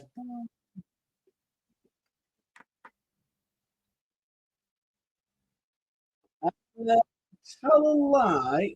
Are you on about the WWC Puerto Rico Heavyweight Champion? That's exactly the title I'm talking about. Yeah, that's what I meant by the WWC Puerto Rico title. Yeah, that wasn't this week. It was then. It wasn't. It was on May 31st. All right, okay. Well, it's only just been broadcast where I am anyway. And would you like to know the even sadder part? Yeah. He would hold the title for 28 days and then lost it to somebody else. No, I think he's won it back. I don't think you're right there. I think he's the champion right now. I mean, maybe I'm wrong, but I remember seeing something in the news the last couple of days. Nope, he's had it and he's recently lost it. All right, okay. Well, I stand corrected. What's happening right now, Matt Burns? Talk me through what's happening on the screen. Right now, we have absolute chaos. The Nasty Boys attacking the Nasty Boys, Warrior, Savage, Flair and Perfect attacking Warrior. It's just absolute chaos. This part of the hype video package. I think this might be. I feel like this is part of the hype package. This is what's happened previously. This is probably previous, yeah. Doesn't look like Wembley, does it? No.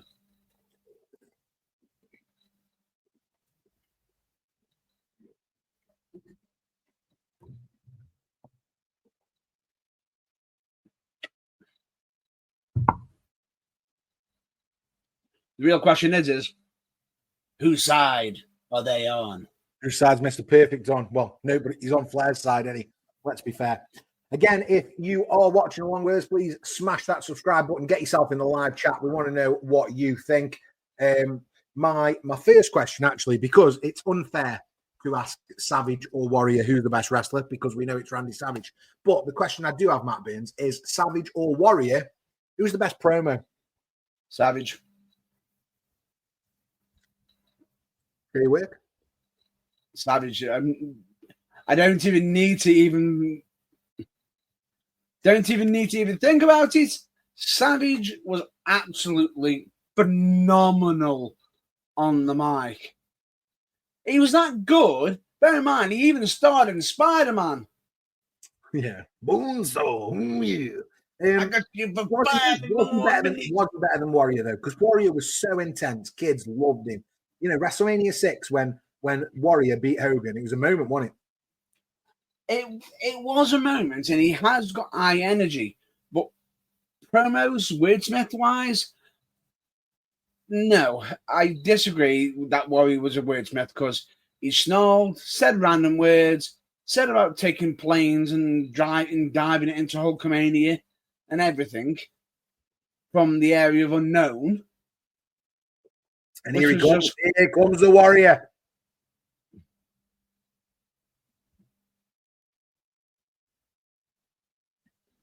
All gas, no brakes. Quite literally. I like Warrior. It was good. I bet you that's why he was so happy to be entering him first. He must have loved working Taker. Thing is with Warrior, terrible worker, great character, really good character. The weird thing about it is, and I'm going to say this, is if was as good as he is, he would have made it big in WCW. He didn't. He went one feud with Hogan. WCW could never build baby faces, though, could they? And vanished into nothing. WCW could never build baby faces, though, ever. They were always more known for building their heels. Even Sting was a heel. He was an anti-hero. Yeah. WCW could never build heroes, not to the same level that the WWF could at the time. Hogan, Savage, Warrior. We built some they built some quality baby faces at the time. Yeah. But not only that, they also had some great heels as well. They know how to build a great heel. Have a problem creating heels, though. No, but that's what I'm saying.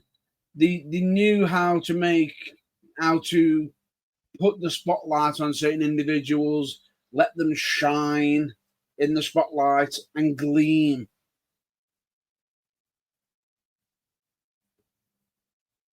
They always were able to hide the negatives and elevate the positive. Yeah, 100%. Do you know what? It feels like a main event, this does, Matt Burns. Well, it's for the title. It should do. We're going up.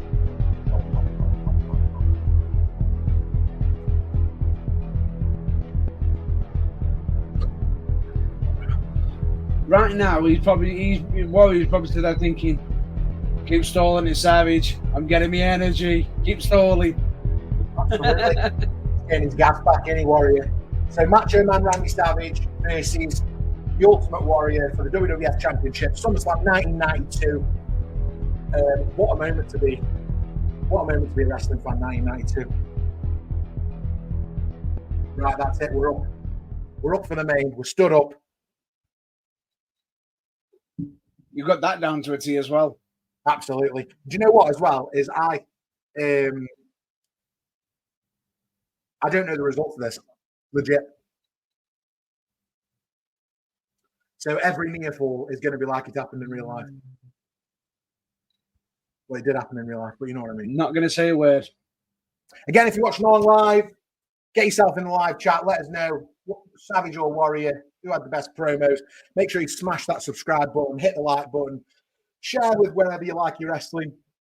If you're watching along live and you've got SummerSlam on, the clock just here is live to where we are. So at 1 hour, 20 minutes, 45, 46, 47 seconds. So you can watch along with us. Bit of alternate commentary from us. And right now we've got Savage and Warrior facing off in the ring. Referee Earl Hebner having a word. Or is that Dave? I never know because they're twins. 92 is a funny time. It's ill. It's ill. And Wembley's going mad for Savage and Warrior.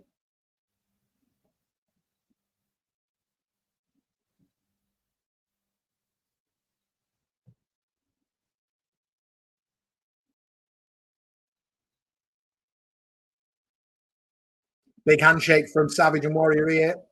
Is he going to go for it?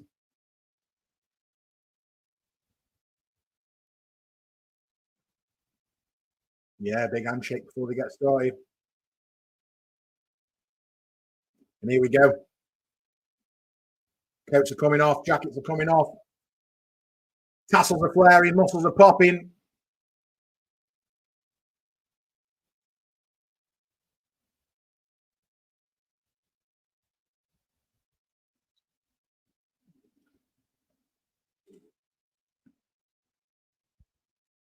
Getting text telling me 2 beautiful women are watching us tonight, Matt Burns. So anything could be happening.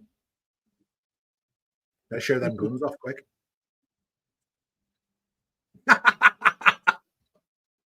Did you see that then? Funny, mate. Funny. But yeah, here we go. Here we go. Savage, man, taken way too soon. Collar and elbow tie up against the ropes. Savage releases.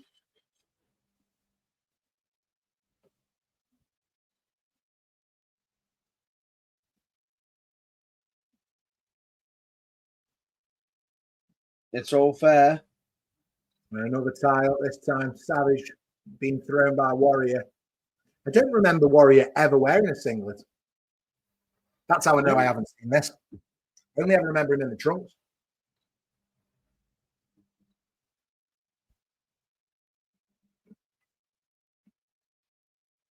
So 1992, mate, we have watched WrestleMania earlier on in the year. What was the WrestleMania number that we watched back in April, May? So I'm just trying to get certain things lined up.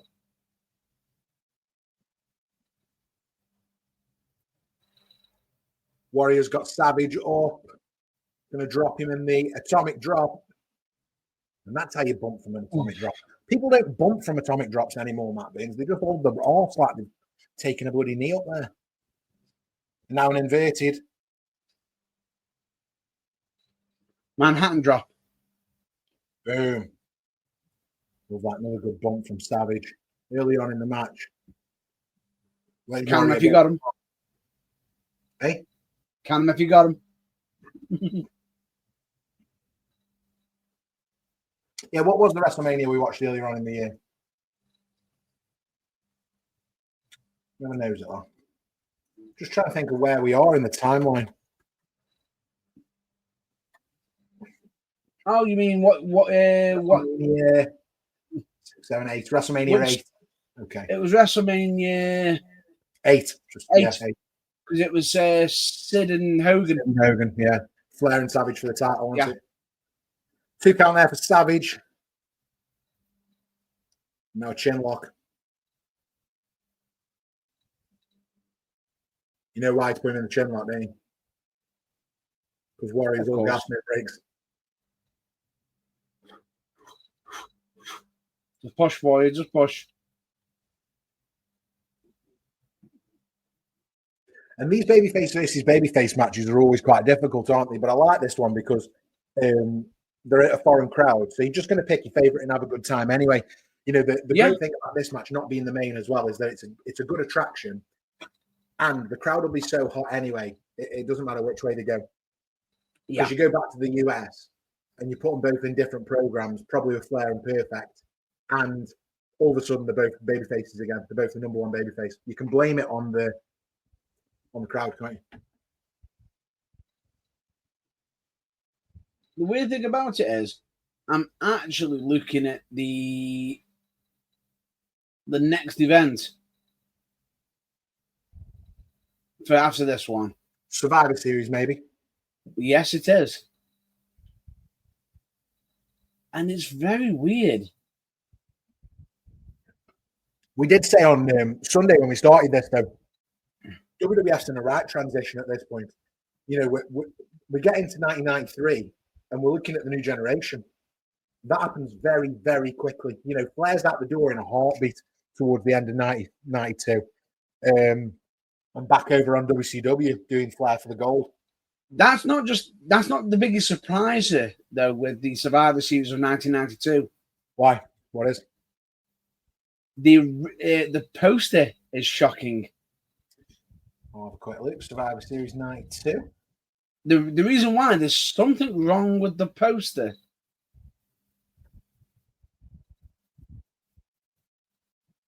What's wrong with the poster?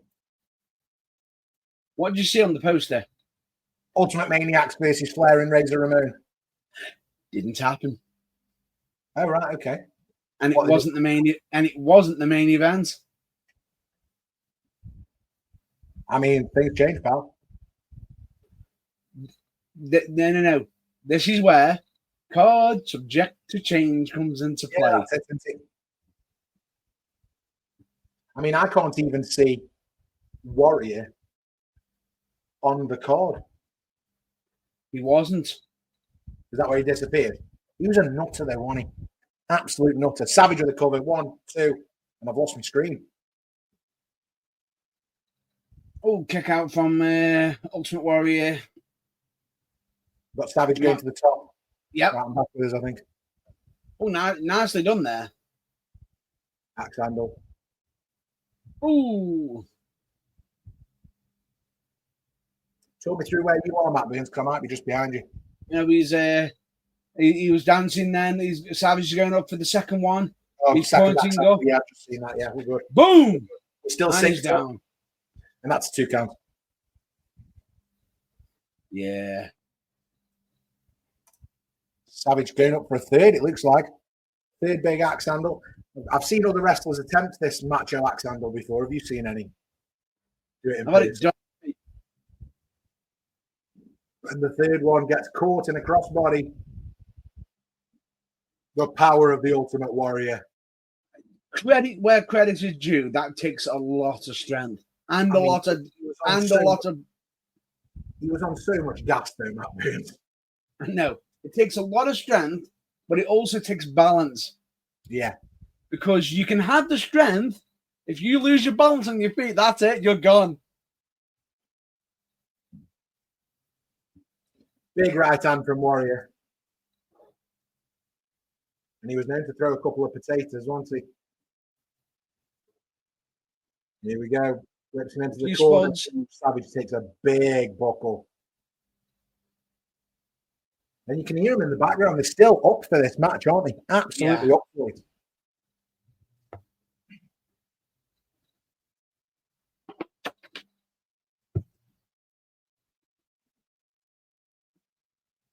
This is where it was unique because with this match, they are both doing, it's a face versus face, but they're both being aggressive.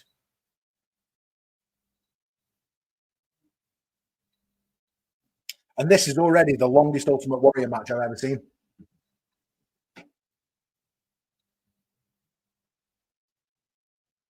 Is it? There's a bear hug. Straight back down. That's a waste, that is. You could have milked that for a while. It's another one of these baby bells. Other brands are available. Again, I'm going to ask the question one more time. Savage or Warrior, who had the better promos? Get it in the live chat. Let us know what you think. If it makes you subscribe, comment. Hey, subscribe. Free to do. Just hit the button, guys. Subscribe to the channel. Like the video. Share it with your wrestling friends. Building a community. We're on the road to 1,000 subscribers. Do you know what I mean? Do us a favor. Help us out. Roll up. Small package. Kick out from Warrior.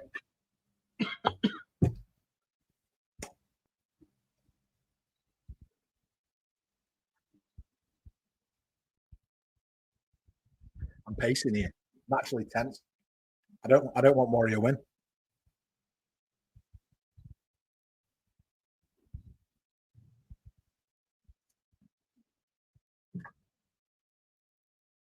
Loads left.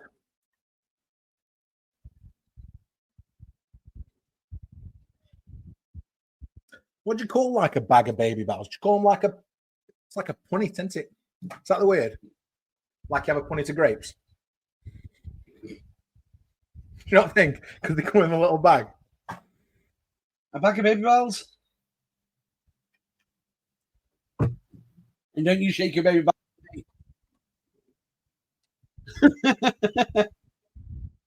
Yeah, I'm sure it's like a punnet of baby bells. I like that. That's what I'm calling it anyway. Like a punnet of grapes.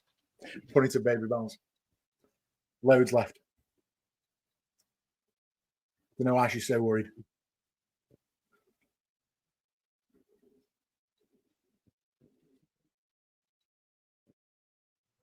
Oh, I'm being told it's a net of baby bells. I'm not sure I agree. I think it's a punnet. It's a what? I'm being told it's a net of baby bells. But I think it's a punnet. No, and that's my auntie. But no, I think it's a punnet. Hey, listen, I don't fall out about it, Matt. Did you just aeroplane me? Yeah, totally aeroplaned you. I tell you what, the sweat is on. I'm gonna have to turn my fan on. Bear with. I'm telling you now, I absolutely love that what you just did. I absolutely love it. Surely you can't be serious. I am serious. And don't call me Shirley. Don't call me Shirley. Brilliant. Here we go.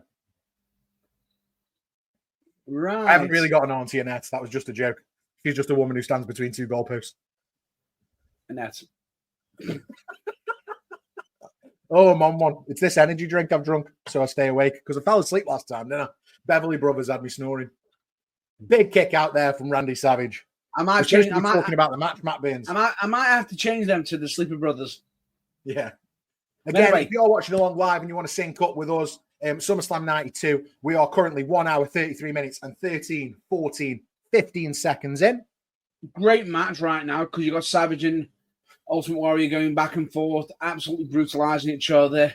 But on a side note, have you recently been watching the current product of wrestling?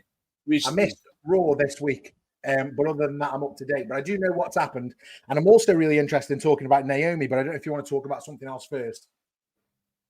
Well, there is 3 things I wanted to cover, and I can guarantee one of them you're not going to like. Go on. Do you want me to get the one that you're not going to like out the way? Yeah, do it. I'm interested. Karrion Kross, gone. I like this. He's gone. Yeah, I like this. I'll tell you why I like it. Because in the last maybe 3-4 weeks, I've started putting him in that Damian Priest category. I've got a thing where I'm just not sure why we like him so much. Do you know what sold it for me? I saw on Cage Match the matches he's had this year, and none of them were any good. However, I did think it will annoy you. You sit there thinking, I thought you were. I bet you sit there thinking, I thought you just remembered to be annoying me. Yeah. However, there is a rumor that there is speculation that this is all a work. Oh, yeah, no. We've just done that with Seth Rollins. I don't want to do any more. It's because of the whole Seth thing has put that doubt in your mind, which makes you wonder if anything can happen, which is interesting. Yeah, brings more products. The thing is, if it isn't, that's fine. Oh, Matt Burns, interruption. Here comes Flair and Mr. Perfect. Whose side is he on? Savage rolled up Warrior, but only a 2 count. And yeah, we've got Flair and Perfect on the way down to the ring. And I'm going to have to say, right now, they're not being fair to Flair because he's not wrestling on this card. Well, it's ridiculous that he isn't. It's utterly ridiculous that he isn't on the card. He's the best worker in the world at this point, right? Ric Flair in 1992 is legitimately the best wrestler in the world, and he's not on the card. It's a farce. He even bought his gear. It's the ultimate professional. Always bring your gear. Always bring your gear. That's how I got my first book in basics all them years ago. Always bring your gear. Oh no, counted. The ultimate splash counted. Savage is down, and here comes the Nature Boy. Woo!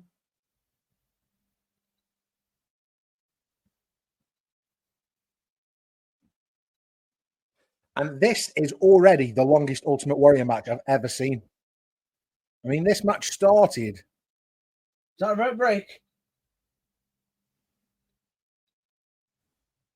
Started at 17, and now we're at 36. Do you know how long this match goes on for? Well, this is already 20 minutes. This is by far the longest Savage match the longest Warrior match I've ever seen. They must have been really stuck for time. Stuck for time? Yeah, they must have been telling them stretch it out. Either that or Savage was just doing what he wanted. And probably a bit like what happened on the first night of Raw and Netflix. Yeah. With Chris Parks going, "Take it home, guys." Absolutely. My favorite thing to say in a tag match on the apron, that is, "Take it home, guys." However, I will say this. Have you seen Unreal? No, I still haven't watched any of it. I will, though, because I've seen some clips now, and I think it looks very, very good. It is good. I will say it makes Chris Parks look really, really wholesome and everything. Yeah. Makes him look really wholesome because, Abyss is absolutely awesome. Yeah, nice guy. Terrible And you football, but you will have, and if anyone does not know the heart of God, that is William Regal. I've seen the clip of that. You know exactly what I'm about, don't you? I've seen the clip of that, yeah. So, yeah, do you know what? How many episodes have you watched? All of them. You've watched them all. Maybe, how many is there? 6 episodes? Yeah. Maybe if I watch the first 3, then we'll do a bit of a review on the first 3. And then if I watch the second 3, we can do a review of the second 3 as well. Maybe we can do them as specials. That'd be good. Yeah. Because we've got no PLE next week, have we? I think the next PLE is the week after. Next week? No. We've got no PLE, but we're busy. Yeah, Clash in Paris is in a few weeks, isn't it? Yes, it is, but I believe that we're busy. Oh, yeah, we'll be busy, yeah. I mean, for predictions.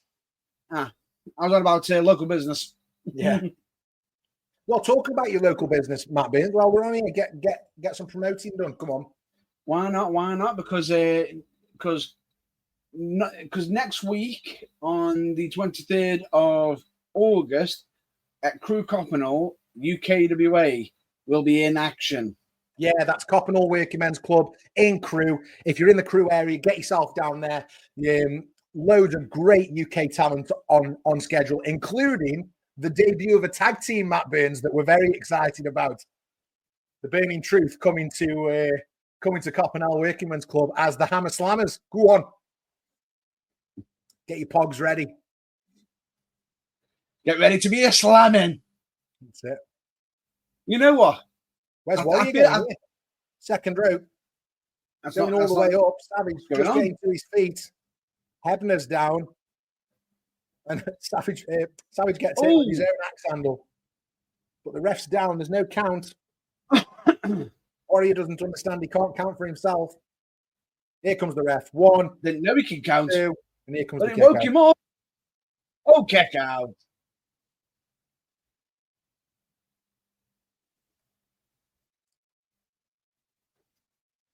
But yeah, we've got that UKWA, Summer Night Brawl. Yeah, what are some of the other matches on the card, Matt Burns? I've seen loads getting announced. Well, to be honest with you, they are all announced now. They've all been revealed. We'll give us some highlights, and that's the ref down again, this time out of the ring. Just some highlights.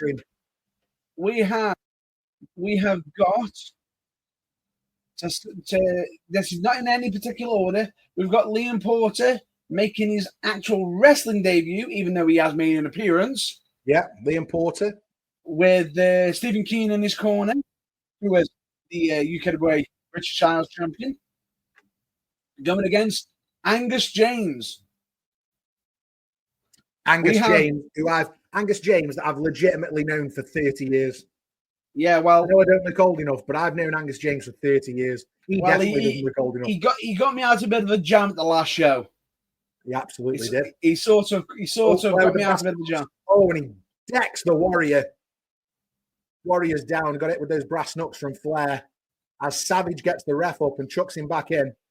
Yeah, got you out of a bit of a pickle, didn't he, at the last one, Angus James? Yeah. So great that he's getting himself a singles match for you. Yeah, we've also got a unique match because we've got match day Kieran McQueen against Rocky Underwood, who's making his debut, and this is Golden Boot against the Golden Knockout. Because one's into football, the other one's into boxing. Fantastic. We've also got, as we've said, the Hammer Slammers on. What the Hammer Slammers? And who are the Hammer Slammers, Matt Burns? Talk us through it. Of course, against the Spiel, which straight away, yes, it's it's a German word. Yeah. It's a German word. International flair, that match. Yeah. Now, the weird thing about it is... Warrior kicked out. Savage didn't get the 3. That's going to be a heavy... That is going to be a hitting tag team match to cut it fit there. We've got the Summer Nights Brawls match, which will be pitting the Dirty Face Angel Mickey Rowley against the Snake Prince Scott Wenlock. Them two of them for Mickey Rowley on this channel. Oh yeah, and I will say this to you: it's personal between them two, and I believe a statement's been made that's going to be revealed soon from Scott Wenlock. Good stuff. And I will make sure you're following the UKWA, the UK Wrestling Alliance, on all the socials. We've also got UKWA Tag Team Championship match with the Midnight Suns challenging the Elite Express for the gold. Oh, I like when there's an Express in a tag team named Matt Burns. Reminds me of the early 90s. Of course. Express. I think if you put Express on the end of a tag team name, it makes them ultimately better. That's why I think we should be the Hammer Slammers Express. We'll think about it. I am going to say this. We said earlier, cars subject to change kind of come into effect at any time. Of course it can. Originally, the main event was scheduled to be the UKWA the UKWA Championship on the line. Luke Basham defending his championship against Mr. No Mercy, Chase Alcala. Yeah, I know a thing or two about him. Oh, yeah. And he has got no mercy, has he? Absolutely not. However, an incident has almost occurred where there was almost a bit of a 2-on-1 brawl with Chase Alcala and Stephen Keane almost trying to gang up on Luke Basham. However, the scarred heartbreaker, Regan, who knows a thing about tag teams because his former tag team partner was viciously beaten and ended up having to leave wrestling from being viciously attacked, and he doesn't want to see that happening to a fellow champion, a fellow colleague in Luke Basham. So he stepped up to the plate and sort of just goes, "Hang on, what's going on?" And let's say this: UKWA board of directors just stepped in, just went, "No." They almost had the feel of Teddy Long in them. They went, no, we're not having this. Let's make it a tag team match, players. Absolutely. And we just had Flair hit the Warrior in the back with a chair. Savage went for the cover, only got a 2 count out of it. But, I mean, Savage now locked eyes with Flair and Perfect, and these two are having a huge impact on this match. And I think we're going to start building to the finish now, Matt Burns, if I'm not too mistaken. He knows he's now just figured out he hasn't been doing the damage. No, it hasn't been him. It's been Nate. Oh, and Perfect trips Savage. Oh, what a kick. Ooh. Cheeky that was. If you're watching along live, Savage just threw a kick at Perfect's face and looked nasty. Savage now getting back up. Ooh, yeah. You can't exactly blame him. You know, as much as he's a hero and everything, it's the main championship. Yeah, it's the WWE Championship, man. You got to win. So Savage goes up to the top. Incredible balance on the top rope. Doesn't even look difficult for him. Turns round. Oh, goes for Flair, but gets hit with that chair. Right to his knee. And Savage is down now. Now, not only did he fall from the top rope to the outside, but then he also fell down that little stairway up to the ring area. It's only about 2 foot higher, but that will make a difference. It does make a difference, and just even if you landed on the top bit and then fell down to the bottom bit, that can cause a jolt, which can cause more breaks, more damage. And look at this straight away, all over. What we've also just missed is the match is over. Savage has been counted out. And now Flair puts him in the figure 4 leg lock on the outside. And Savage can't go anywhere, trying to break his leg there. Perfect. Smashing him with right hands. And Warrior's still out for the count in the ring.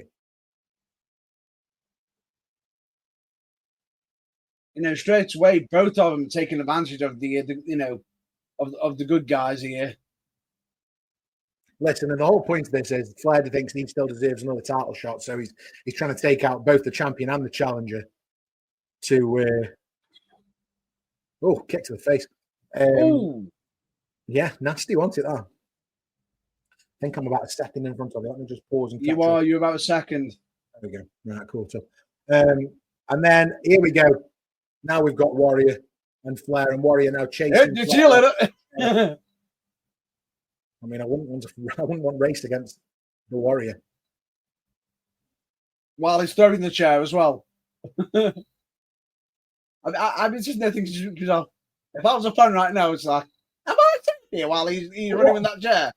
But what we've done here successfully, Matt Burns, is we've done a face versus face match in Wembley Stadium for the WWF Championship, where the title won't have changed hands because it was count out. Yep. We've had a schmoz finish. We've had Flair and Perfect on the show. And I don't think anybody loses from this. It just sort of continues the story. Now, had this match been the main event later in the night, this would have been a terrible finish. But for its positioning on the card, for what was at stake, you know, I think it's a good outcome. You couldn't do this every PLE pay-per-view at the time. No. PLE, I'm in the new lingo, I am. But you couldn't do this every pay-per-view, but you can certainly do it at one when it isn't your main event and it's just a one-off. But again, I'll say it, babyface versus babyface match for any title is truly difficult. And anybody that even attempts it deserves mad respect. I think, you know, we've got Warrior, but we've also got one of the best wrestlers who ever lived in the ring with Randy Savage. So what I find, and I've got a question for you right now, and I know this is using wrestling terms right now. What I'm about to, yeah. I mean, if you're watching this podcast, Matt Burns, then you should be into your wrestling terms. Yeah. But you've just mentioned a smudge finish. Schmoz, yeah. Now, here's a question for you. Which one do you prefer? Do you prefer a dusty finish or a smudge finish? I love a dusty finish with a DQ. I love a dusty finish with a DQ. My perfect finish in wrestling, right, at the end of a PLE, legitimately now, and we haven't seen one for years, is the heels come out, right? Maybe friends, etc. Let's use a live example, right? We've got Finn Balor versus Cody Rhodes for the WWE Championship, right? That's the match. Finn Balor's about to lose to Cody. Out comes Dominic Mysterio. He hits Cody with the belt. The ref's already down. And the ref gets up and Finn counts 1, 2, 3. And then the official or another referee or the general manager comes out and says, no, you cheated. This match finishes as a disqualification. So the winner is Cody Rhodes and still champion. That is a perfect thing. Now, it works just as well when it happens for the heels, but that's just an example of, I love that sort of finish.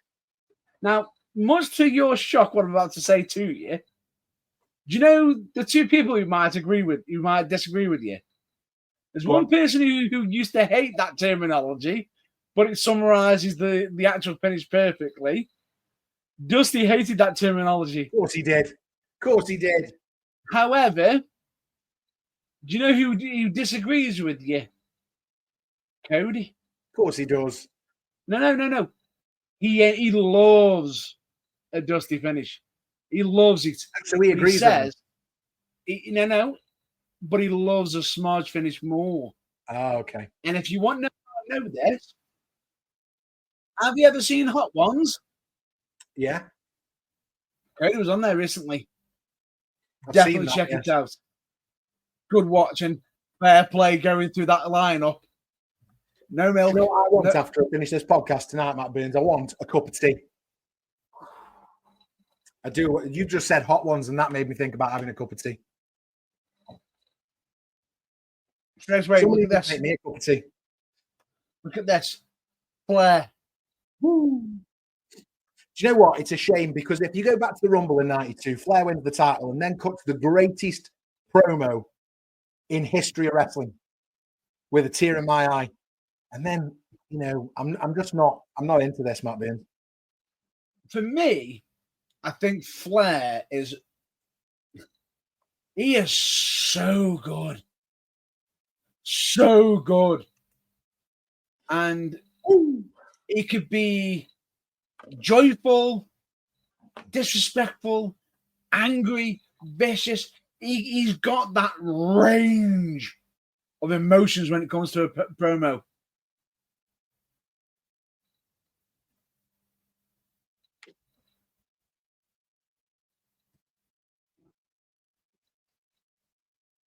Now,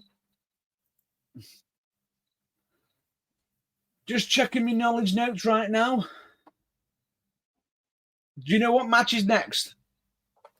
Do I know what I do? I do, because I've got my notes just here. The next match is The Undertaker versus Kamala. And looking forward to that, actually. Looking forward to The Undertaker. Anytime The Undertaker's on. This is about 9 months after his debut, so we've got proper classic, the beginnings of the character The Undertaker here, haven't we? Yeah. He is a pallbearer at this point, though. Yes. And not Brother Love.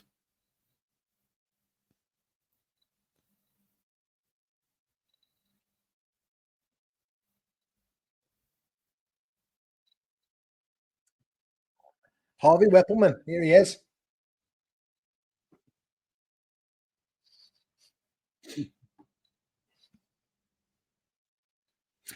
Do you know what, Matt Burns? Next week, we've still got to start watching SummerSlam 1999.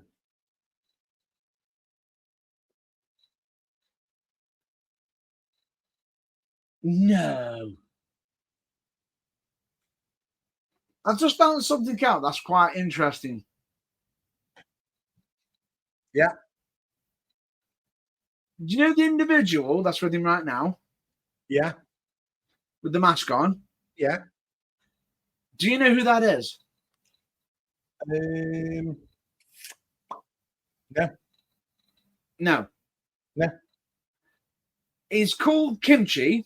Yeah, and yeah, I know his gimmick name, yeah. Well, you're asking me who it actually is under the mask? I've no idea. If I said his real name, you may or may not get it. But if I said his stage name, you'd be like, no. Go on. Steve Lombardi. Is it the Brooklyn Brawler? Fantastic. Absolutely brilliant. I love that. Here comes Kamala. I'm saying now, right now, that is my factoid of the day for me.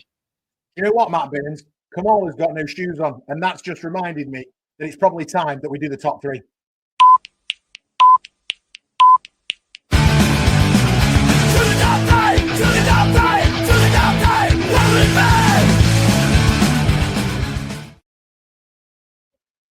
Right, Matt Burns, I want to know your top three barefoot wrestlers. Go.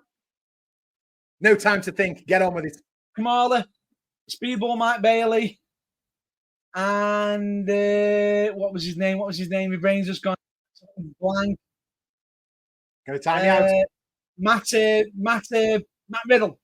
Oh, well done, Matt Riddle. I can't believe he didn't go for Umaga or Jimmy Superfly Snooker. Umaga's barefooted. Yeah, of course he was. That was on a speed base. Come on. Barefoot and a big thumb. Well done for your top three, Matt Burns. That was the top three.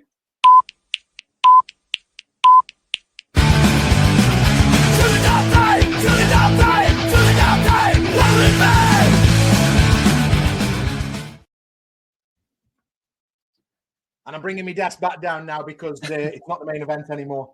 What an entrance from The Undertaker here on the back of this hearse.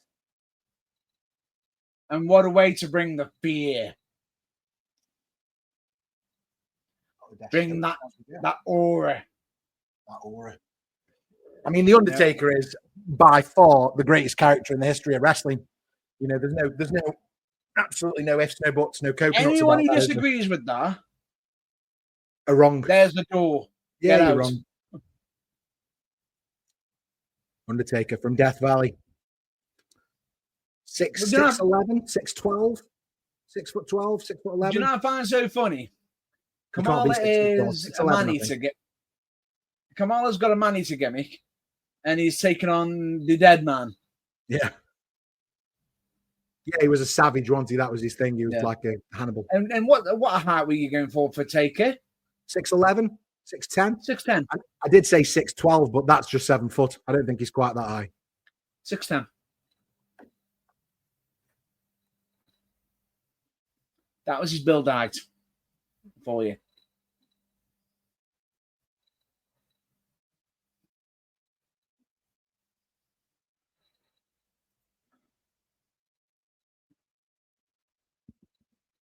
Oh,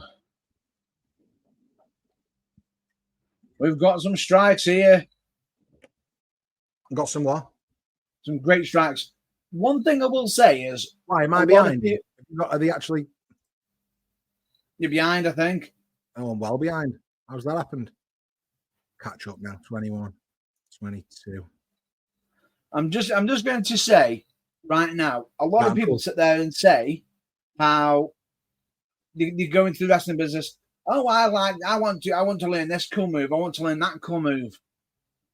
Do you know one of the fundamental basics that I think that is important to learn? Striking. In the wrestling business. Do you know what? Do you want to be totally honest with you now? I've got a theory on this. And I'm probably, do you know what? Wrestling's evolved over the years. And I've probably got a really old school mentality on this.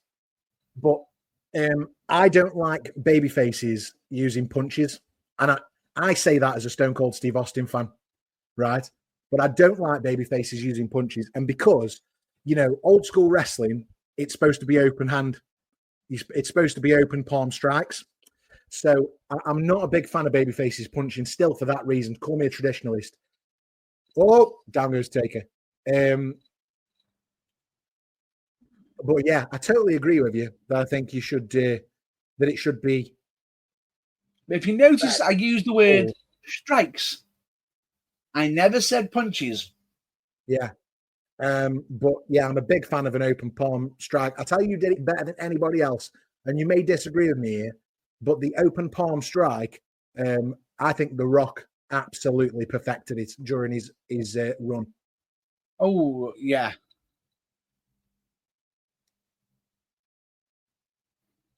The Rock was a really good open palm striker.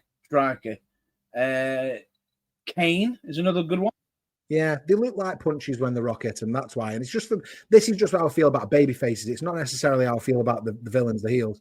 It's just the blue eyes. Right. So we've had a really cool entrance from The Undertaker there, Matt Burns.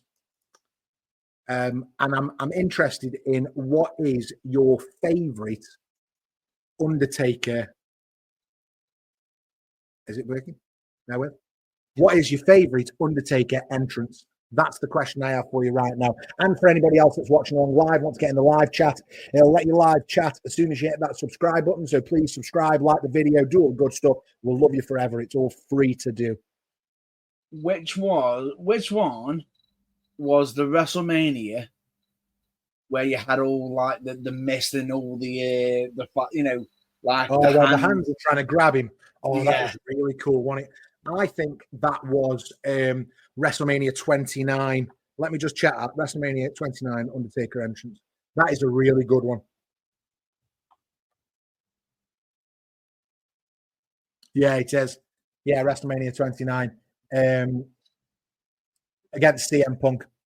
But yeah, it was very cool. Very, very cool. Automatic disqualification.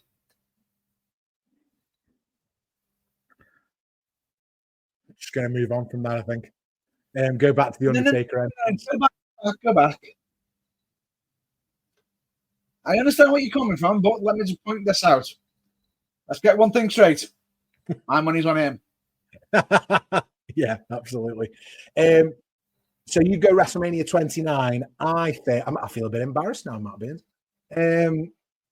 Why are you embarrassed? Bit embarrassed.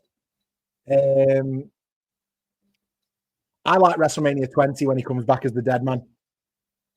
Oh, it's a good one. It's a callback to 14 with the fire on the stakes and the lift as you walk through.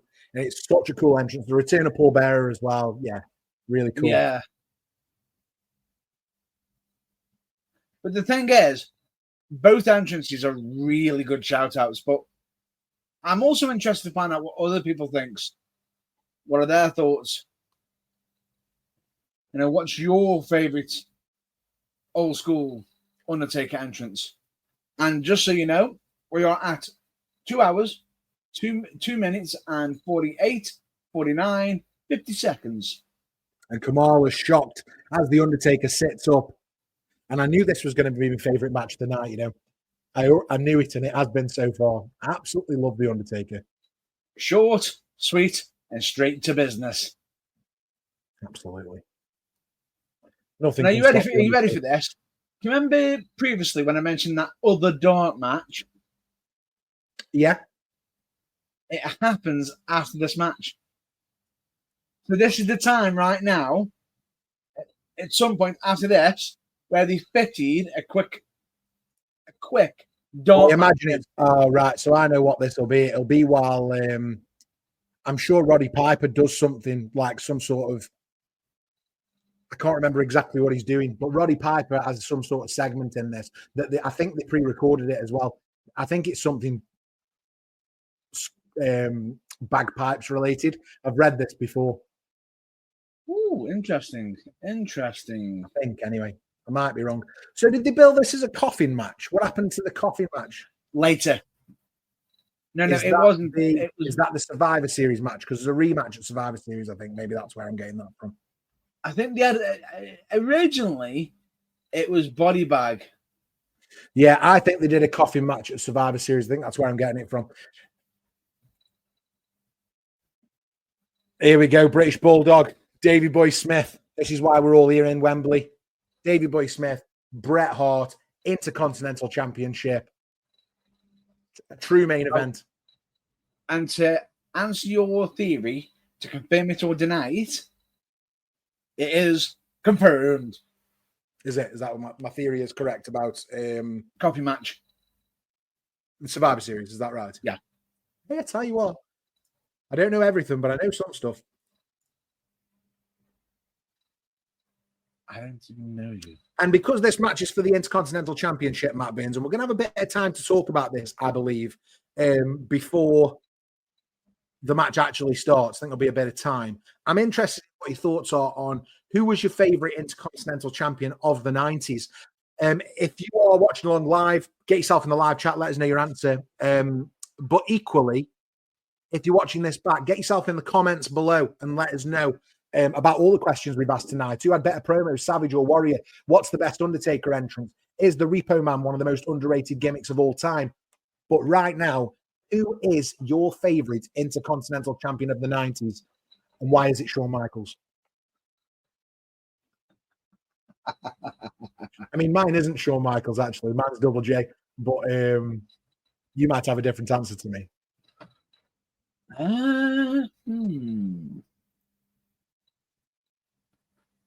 I'm just trying to remember who was the champion during the 90s. So many good champions, because if you go right back to the start of the 90s, I'm sure Randy Savage is still the champion. Well, at the start of the year, it was actually vacated in the 90s. When it went into the 90s. Do you know who the first champion of the 90s was? Go on. Mr. Perfect. Good Intercontinental Champion. But there's loads more that we haven't thought about. Scott Hall, Triple H, The Rock, Stone Cold Steve Austin, Bret Hart, Razor Ramon. Razor. Yeah. So Double J. So many names. Dean Douglas, even though it was less than a day. Yeah. Gold Dust, Road Dogg. Mark Merrow, Hunter Hearst Helmsley. Owen. Oh, Owen. Rock. Shamrock. Val Venus, Road Dogg. Do you know if you think back to when we watched SummerSlam, Roddy Piper. Yeah, Roddy Piper was one. D'Lo. Marty Jannetty. China. And do you know who China in '99? Good shout. The Godfather, Jeff Jarrett. D'Lo. Do you know who just fits in just before the 2000s? Oh, well, Mr. Y2J himself. Yeah. Potentially the greatest Intercontinental Champion of all time, Chris Jericho. Yeah. Certainly has the most reigns, doesn't he? Is that right? Yes, most reigns. Most reigns is Intercontinental. Most reigns. But I'm not going to go for Chris Jericho. for me. For me, I've got to go with who started the 90s.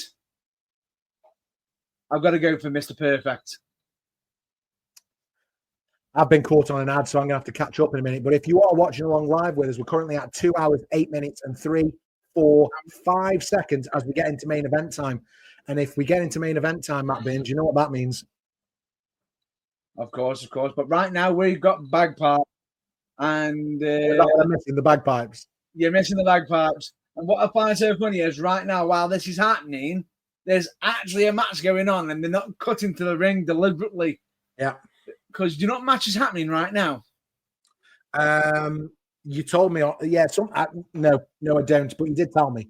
It's Tatanka versus the Berserker. Yeah. I mean, what's your favorite Berserker match, Matt Burns? I think we'll be all right missing that. The real question is, do you know what his finisher was? The Berserker. You can put me on my misery. Throwing somebody over the top rope. No. I mean, if that's your finish, you're going to do really well in a Rumble, aren't you? However, the way he launches him out, I would not just make sure you're synced up with us as well, Matt Burns. I am now 2 hours, 9 minutes, and 12, 13, 14 seconds. Yep, and we've got Piper, who's literally... He's in. Now, play the bloody bagpipes. Let's just say this. Tatanka wins the match. Berserker loses in about 5 minutes.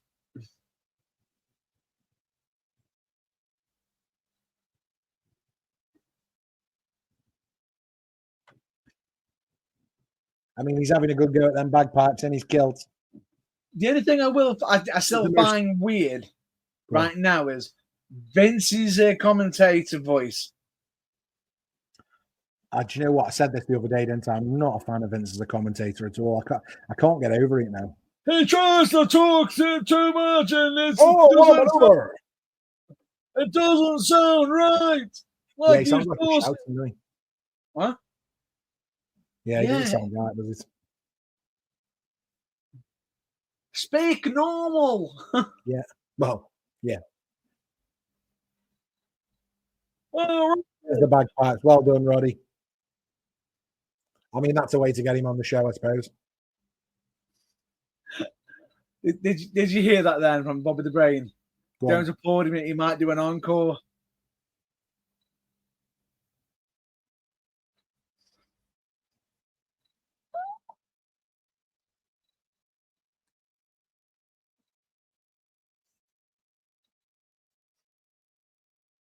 Here's Diana Smith.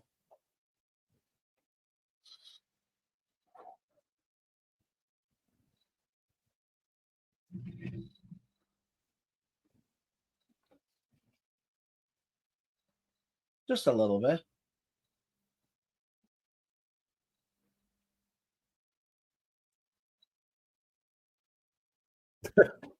I mean, I can see why they didn't do any more interviews with her. She's got the personality of a custard cream, hasn't she? Not born for the camera, I don't think. No idea what you're on about. It's the best thing. They have a very competitive relationship and will fight to see who is the best. I'm waiting for it to say the next line. It's like somebody's holding the script. Like, is that why he's doing it? Who's going to win? Your brother or your husband? I mean, you always choose your husband, don't you? How could you choose anyone else? Your brother will get over it. Your husband will resent you for the rest of your life. Even if you don't believe it, you've got to say it. Surely. Maybe I'm wrong. I mean, to be fair, they've scripted this terribly for her. I find it funny on how they keep zooming in on when she's talking like it's like quick read the script, and then just pulling it back when it's coming back.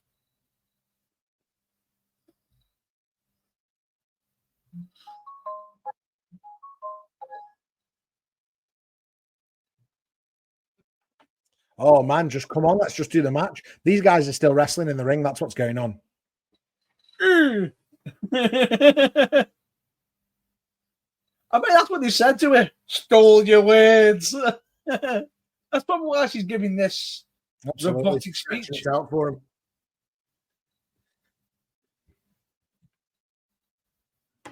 Intercontinental Championship match. Here we go.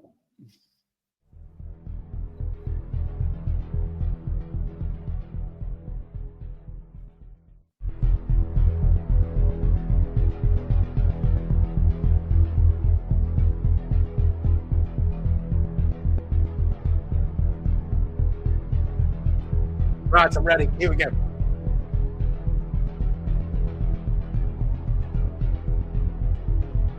Lennox Lewis.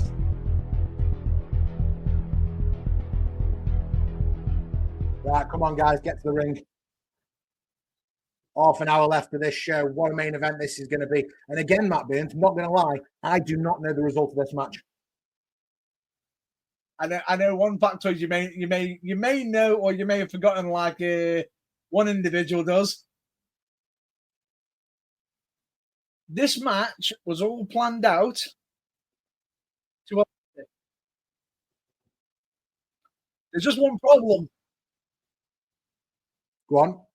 One of the competitors has completely forgotten the entire match. Really?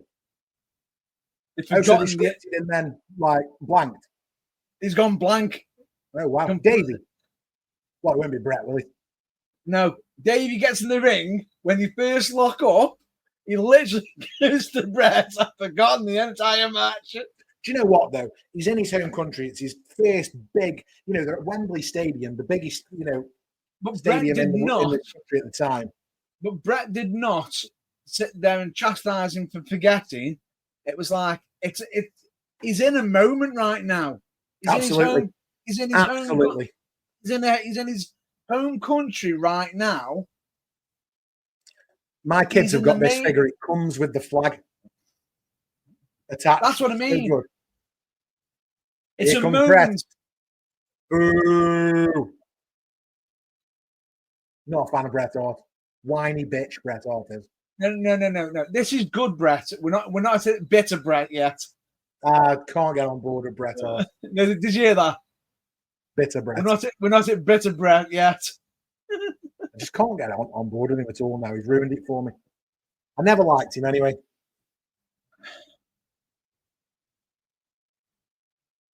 Great wrestler. 1992, Wembley Stadium. Biggest event in the UK up to this point. Probably still the biggest event in the UK ever for professional wrestling. AEW can say what they want. This is the one. SummerSlam 92. It's the one everybody thinks back to so fondly. And Diana is cheering her brother on. And husband.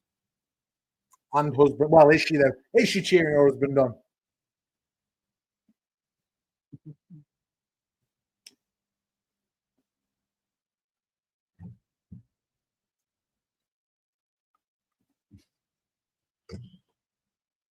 I beg to differ, Vince. I beg to differ. Did you hear that, then? Bret Hart, Intercontinental Championship, main event. The crowd firmly behind the Bulldog. Do you know what just made me laugh? Vince has tried to say that Bret is as popular as British Bulldog in British Bulldog's home country. Get out of it. Get out of here! Bret's only popular in Canada. See? Throw them glasses back at him.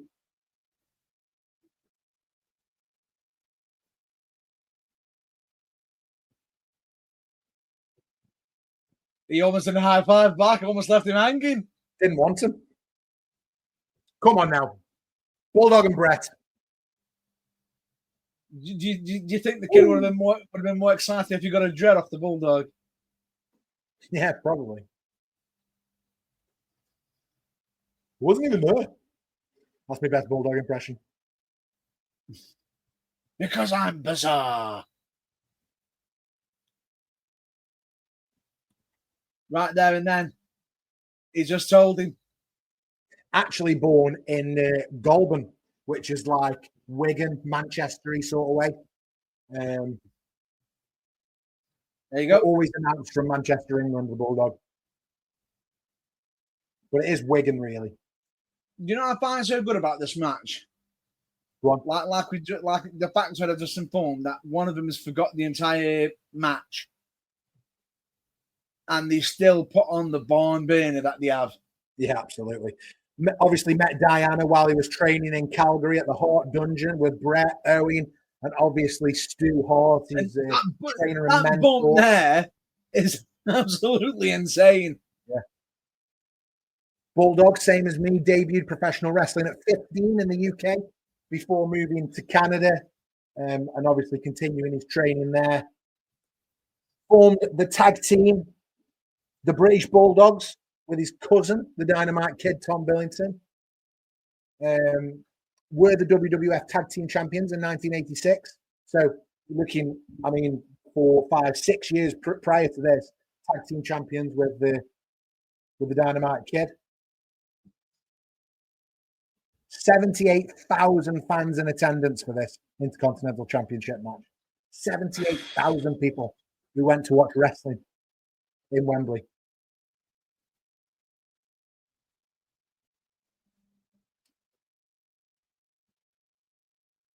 Goes to a press slam. Brett lands on his feet, rolls behind. Bulldog kicks out. And small package. Bulldog kicks out again. Straight back up. And headlock takedown by Bret Hart on Bulldog, just to slow it down ever so slightly. Are you ready for an interesting factoid right now? I'd love one. Did you know that the British Bulldogs, they were both called that together? Yeah. Do you know why Dynamite Kid didn't call himself a British Bulldog? Go on. Because the British Bulldog, David Boy Smith, acquired the copyright of the British Bulldog. Ah, okay. Because of it, he could not use it without paying him royalties. Which is why he went with the Dynamite Kid. No. He was always the Dynamite Kid. Always the Dynamite Kid. Okay, great. The idea being is, I think he was hoping to be the British Bulldog Dynamite Kid. Now, you've seen this before, Matt Burns, I take it. Yeah, this is my first watch. But yes. Would this be in your top 10 of WWF matches of all time? It's a classic. I know we're 35. It's a classic, but I don't think it is a classic, but a part of me feels like you might get upset with how it finishes. But at the same time, I think it's rightfully in with the finish of how it happens. Do you know what's really interesting about this? The last time Bulldog was probably wrestling in the UK, not including, WWF tours, would have probably been maybe World of Sport or something similar to that. So if you think about his past wrestling, maybe he was never featured on World of Sport. Maybe he was just wrestling on the independent scene in the UK at the time. But no, he was on World of Sport. If you think about that, going from World of Sport, smoky, dingy, filmed productions, to the WWF in 1992, which at the time was head and shoulders for production value over anybody else who was even trying it. AWA, WCW, the whole lot just looked weak compared to this. And if you think about the production that's going on here, they've just had Roddy Piper doing a frigging yeah. Help me out. Bagpipe solo, for God's sake. Oh, here we go. Crucifix pin by Bulldog. 2 count and Brett kicks out. And Davey now taking the arm back down, straight into a hammerlock. And we're doing some proper wrestling because we're going to let it build. And you can even see in the background of the screen there, Matt Beans. I don't know if you picked up on that, but not only is every single fan who's watching completely engaged, but even all the security have come out. All the stewards have come out to watch this match because it meant that much. We've got our guy.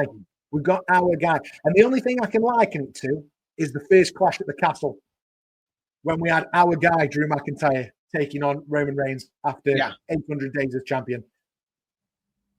Yeah. And we believed. But I mean, I was there in Cardiff, but we believed. And that's what's happening here.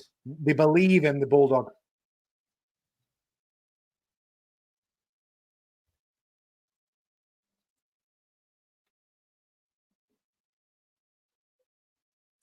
I've got 3 trivia questions for you, Matt Burns. You ready? What?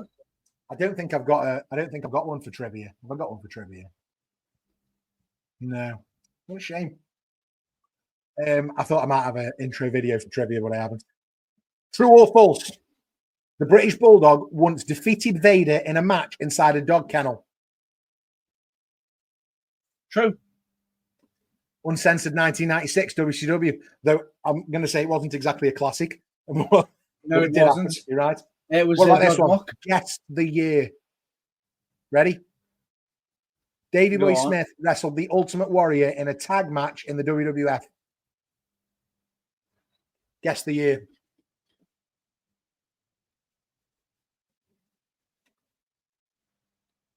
I am going to go 91.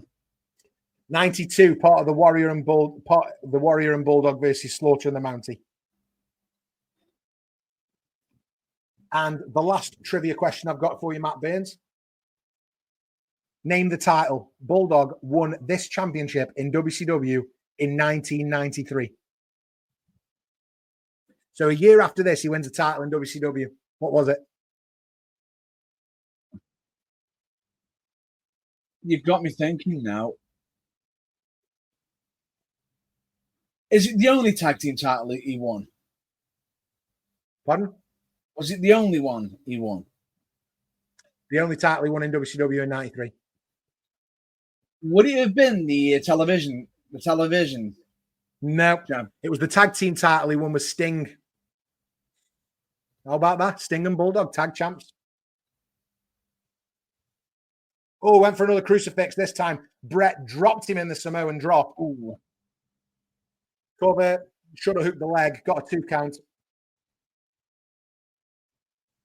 And it could be worn. Puts him in a sleeper. Bit of wear and tear. But it surprises me that Bulldog left the WWF so soon after this. 93, he's gone. Madness. But then again, not long after this, about November, it was when Warrior went. Yeah. Because of disputes. Disputes. That he didn't want to be a heel. He didn't want his merchandise to be tanked. He wanted his royalty. Wrestling in this match, Matt Burns, which is making me want to ask a different question for the live chat, the comments below. Again, make sure you subscribe. Make sure you're answering the questions as we go. This one is, and I'll ask you first, Matt Burns, do you prefer technical wrestling clinics like this, or do you prefer a wild brawl? It depends. It depends on the mood and the atmosphere. Just to give everyone a bit of info, we've got about 20 minutes left on this stream. We're currently at 2 hours, 26 minutes and 26 seconds if you're watching along. That's really tough because they both, I'd say, just as important. What do you prefer, though? For storyline. Bulldog. On the Bulldog. Right. For storyline purposes, wild brawls. Really? Simply because usually when it's a wild brawl, it's personal. Someone's done something vindictively. It's vicious. It should be all out. Where if it's a wrestling clinic, it's more of a respect thing, more of a truce, more of a face and face. Oh, Matt Burns, you know what? That makes me think about it's time that we go back to.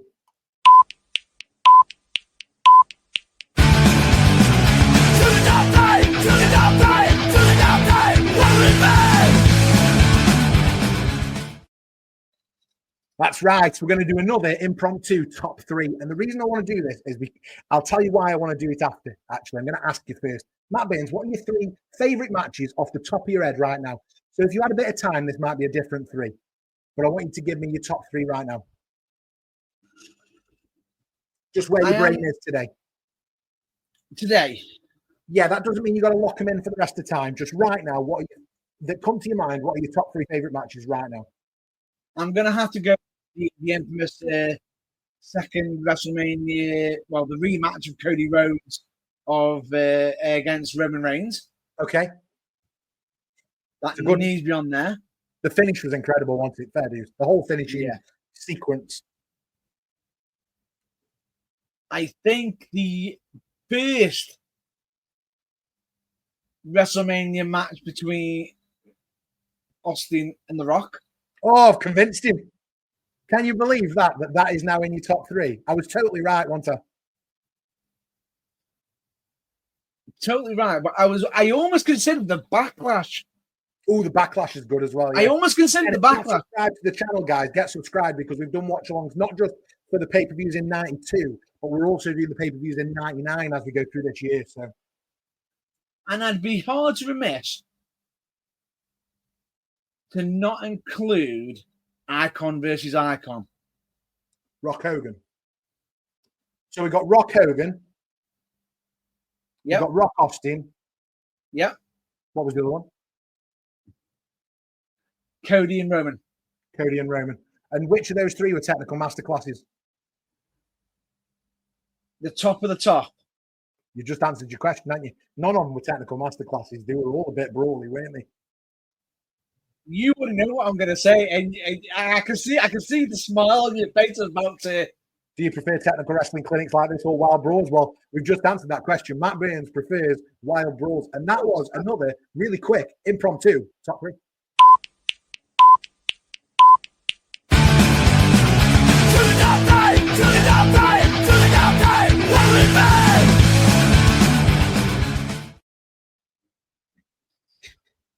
I'm having fun with this tonight. I'm pressing the buttons. If I could just find something to bury alive, we'd be there.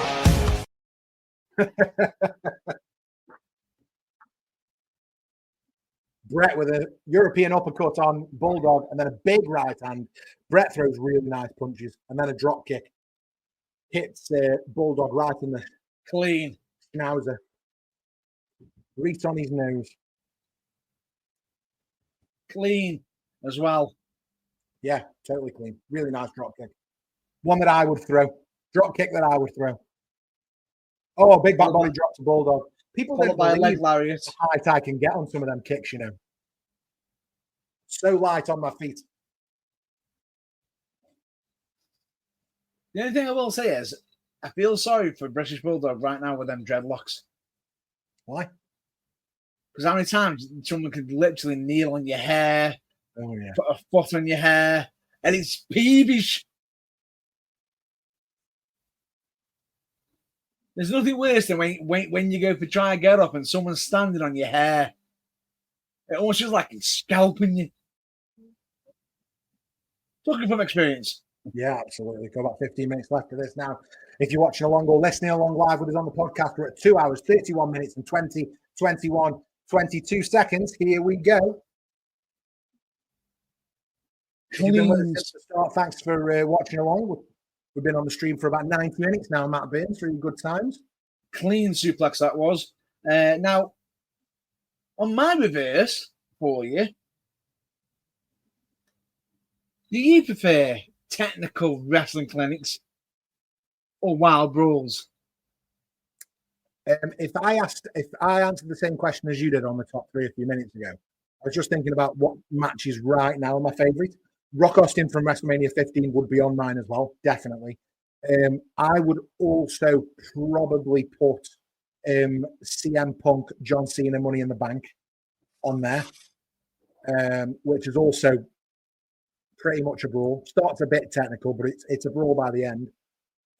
I actually prefer that match to the one they had on Raw the next couple of years later, and I prefer it because the story. The story, the finish, it was excellent, wasn't it? And then if I had to pick a third favorite match right now,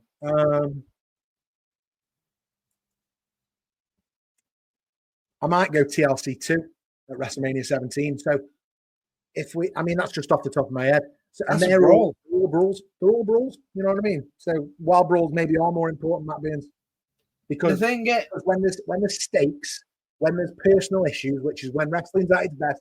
If there's a personal issue, wrestling is best because it feels real. Then they're the best matches. This fly. It's nice seeing a technical match. It really is. But when it's personal, fists start to fly. Absolutely. It's so often in my house tonight, Matt Burns.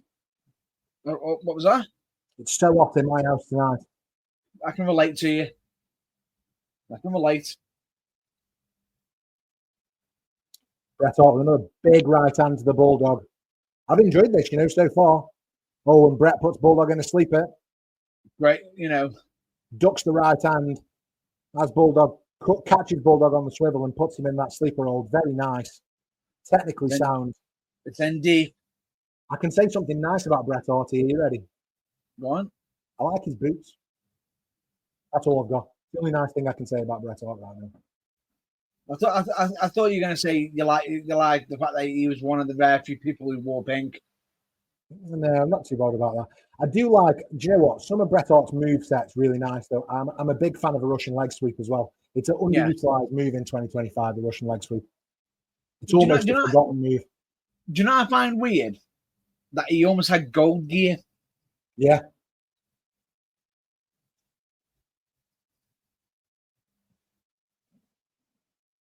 I like that he was the pink and black attack. It stood out, didn't it? It was different. Nobody else was doing it, which is why it's so important. And then Bulldog straight back into that sleeper roll as he came off the ropes. Speaking of is a classic spot. It's timeless, but it's so effective.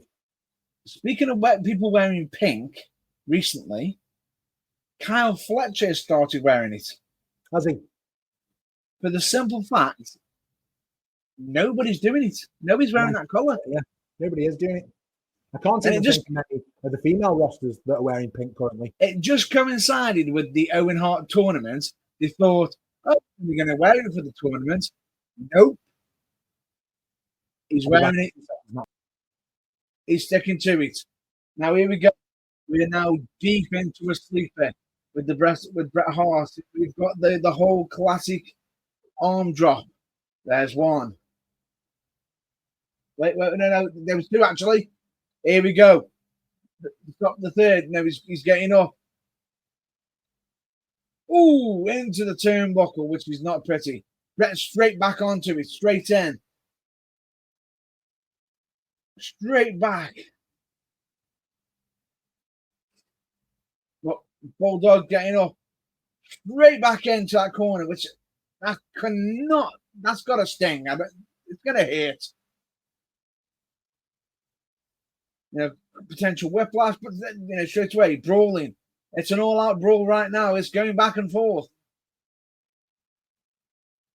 Bret Hart goes for Irish whip, reverse, up, go for the big power slam. Oh, just drops him straight onto the ropes. And what an awkward landing for Bret.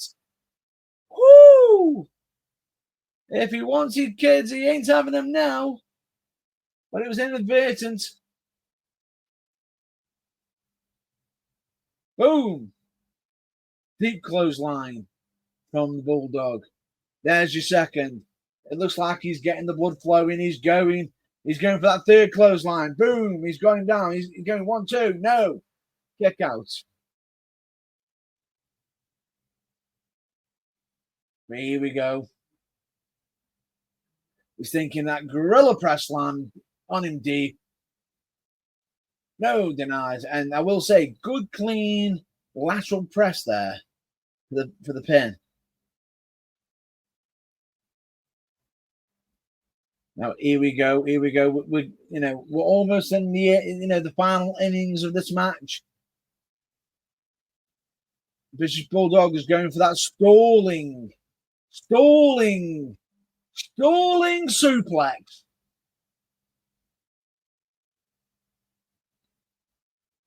Go spin no side. Fair play to be able to hit this deep into the match. Because they're going to be one straight into the sternum.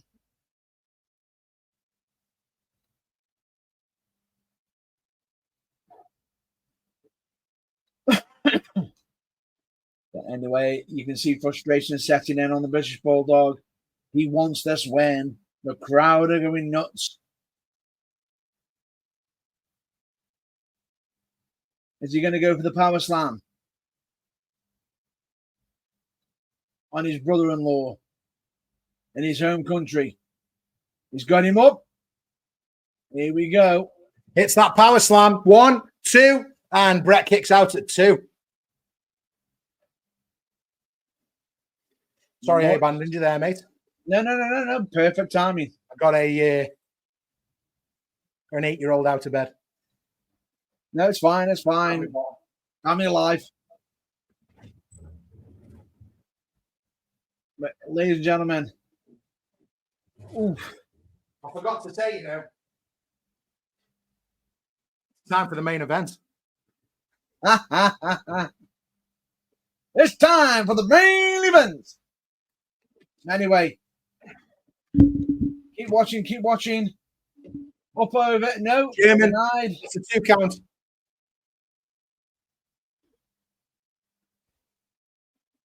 That bridge off the German, though. Fabulous when you can do that.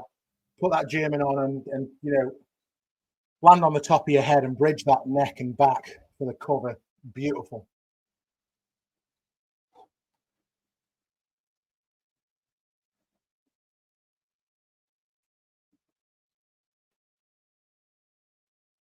Going for a suplex. No. Gets him up. Oh, that's an awkward landing.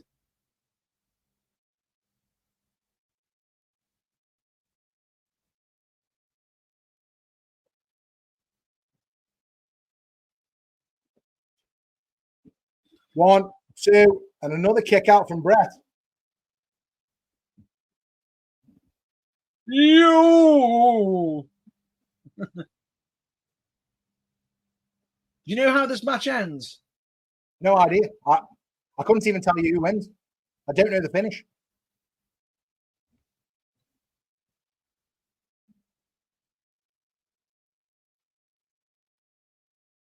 Double line, both down.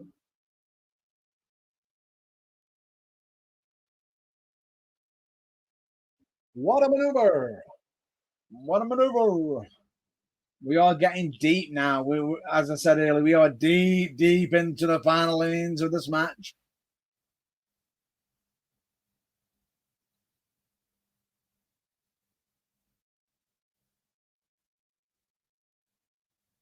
Even if you look, some of Davey Boy's gears even ripping. Yeah, absolutely. Brett's picking him up now in the sharpshooter. Matt Bean's really quick because we haven't got long left on this stream. I sent you a message, in fact. Naomi, injured or pregnant? What do we think? Rumours out there that she's pregnant. Rumours out there that she's injured. Big Ginger. We don't know. But he hasn't. He's yeeted. As much as we could speculate and everything. Get the ropes, break the hold. We don't know. We don't know. Because... What do we think? I'm not going to speculate because unless we listen, we're not going to deal with rumors. We're not going to deal with hearsay and what might be. Innuendo. Bulldog rolls him up, and that's the win. New champ. Get in. Finish with a roll up. I'm not mad about it. It was a nice finish. He out wrestled him at the end of the day. Yeah, which was the story of the match, right? I don't mind a roll up if it's the right thing. Yeah. He out wrestled him there. It wasn't necessarily a. That was a great match. Roll up. Now, can I say this? Bears of mine, as I said earlier, he'd forgotten the entire match. Yeah, well, I mean, Brett's good enough to have talked him through it, isn't it? But straight away, that just goes to show both credit to them both. Great match, great 25-minute championship, 25-plus minute match. right there and then. As for Naomi, we're not gonna. We only want to be dealing with cold hard facts, so I'm gonna say let's wait and find out what's going on. Right. Well, let me give you my thoughts on that then. Let's be honest, Bret Hart is never going to stop telling us how great he is. But watching this match, with that in mind, I do think he noticed a few things. Bulldog was supposedly blown up, or like you said, he forgot the spots. But Bret does like to make a hero out of himself in every story, so we'll take that with a pinch of salt. The truth is, the match is remembered because of Davey Boy Smith, not Bret Hart. And that's based on me just watching it. The pop for Bulldog's entrance was massive. And from that moment on, I think the crowd belonged to him through the entire match. You know, Bret got a polite applause, but I think it's fair to say when Vince was saying Bret was as loved as Bulldog in the UK, that was absolute rubbish. I think they were both technically solid, as always. Bret certainly was absolutely solid. But he wrestled this match like he was the star and Bulldog was the supporting act, and I don't think the crowd agreed. Every time Bulldog powered out of a hold or he slammed Bret to the mat, the fans, you could see him off the feet. They were losing their minds.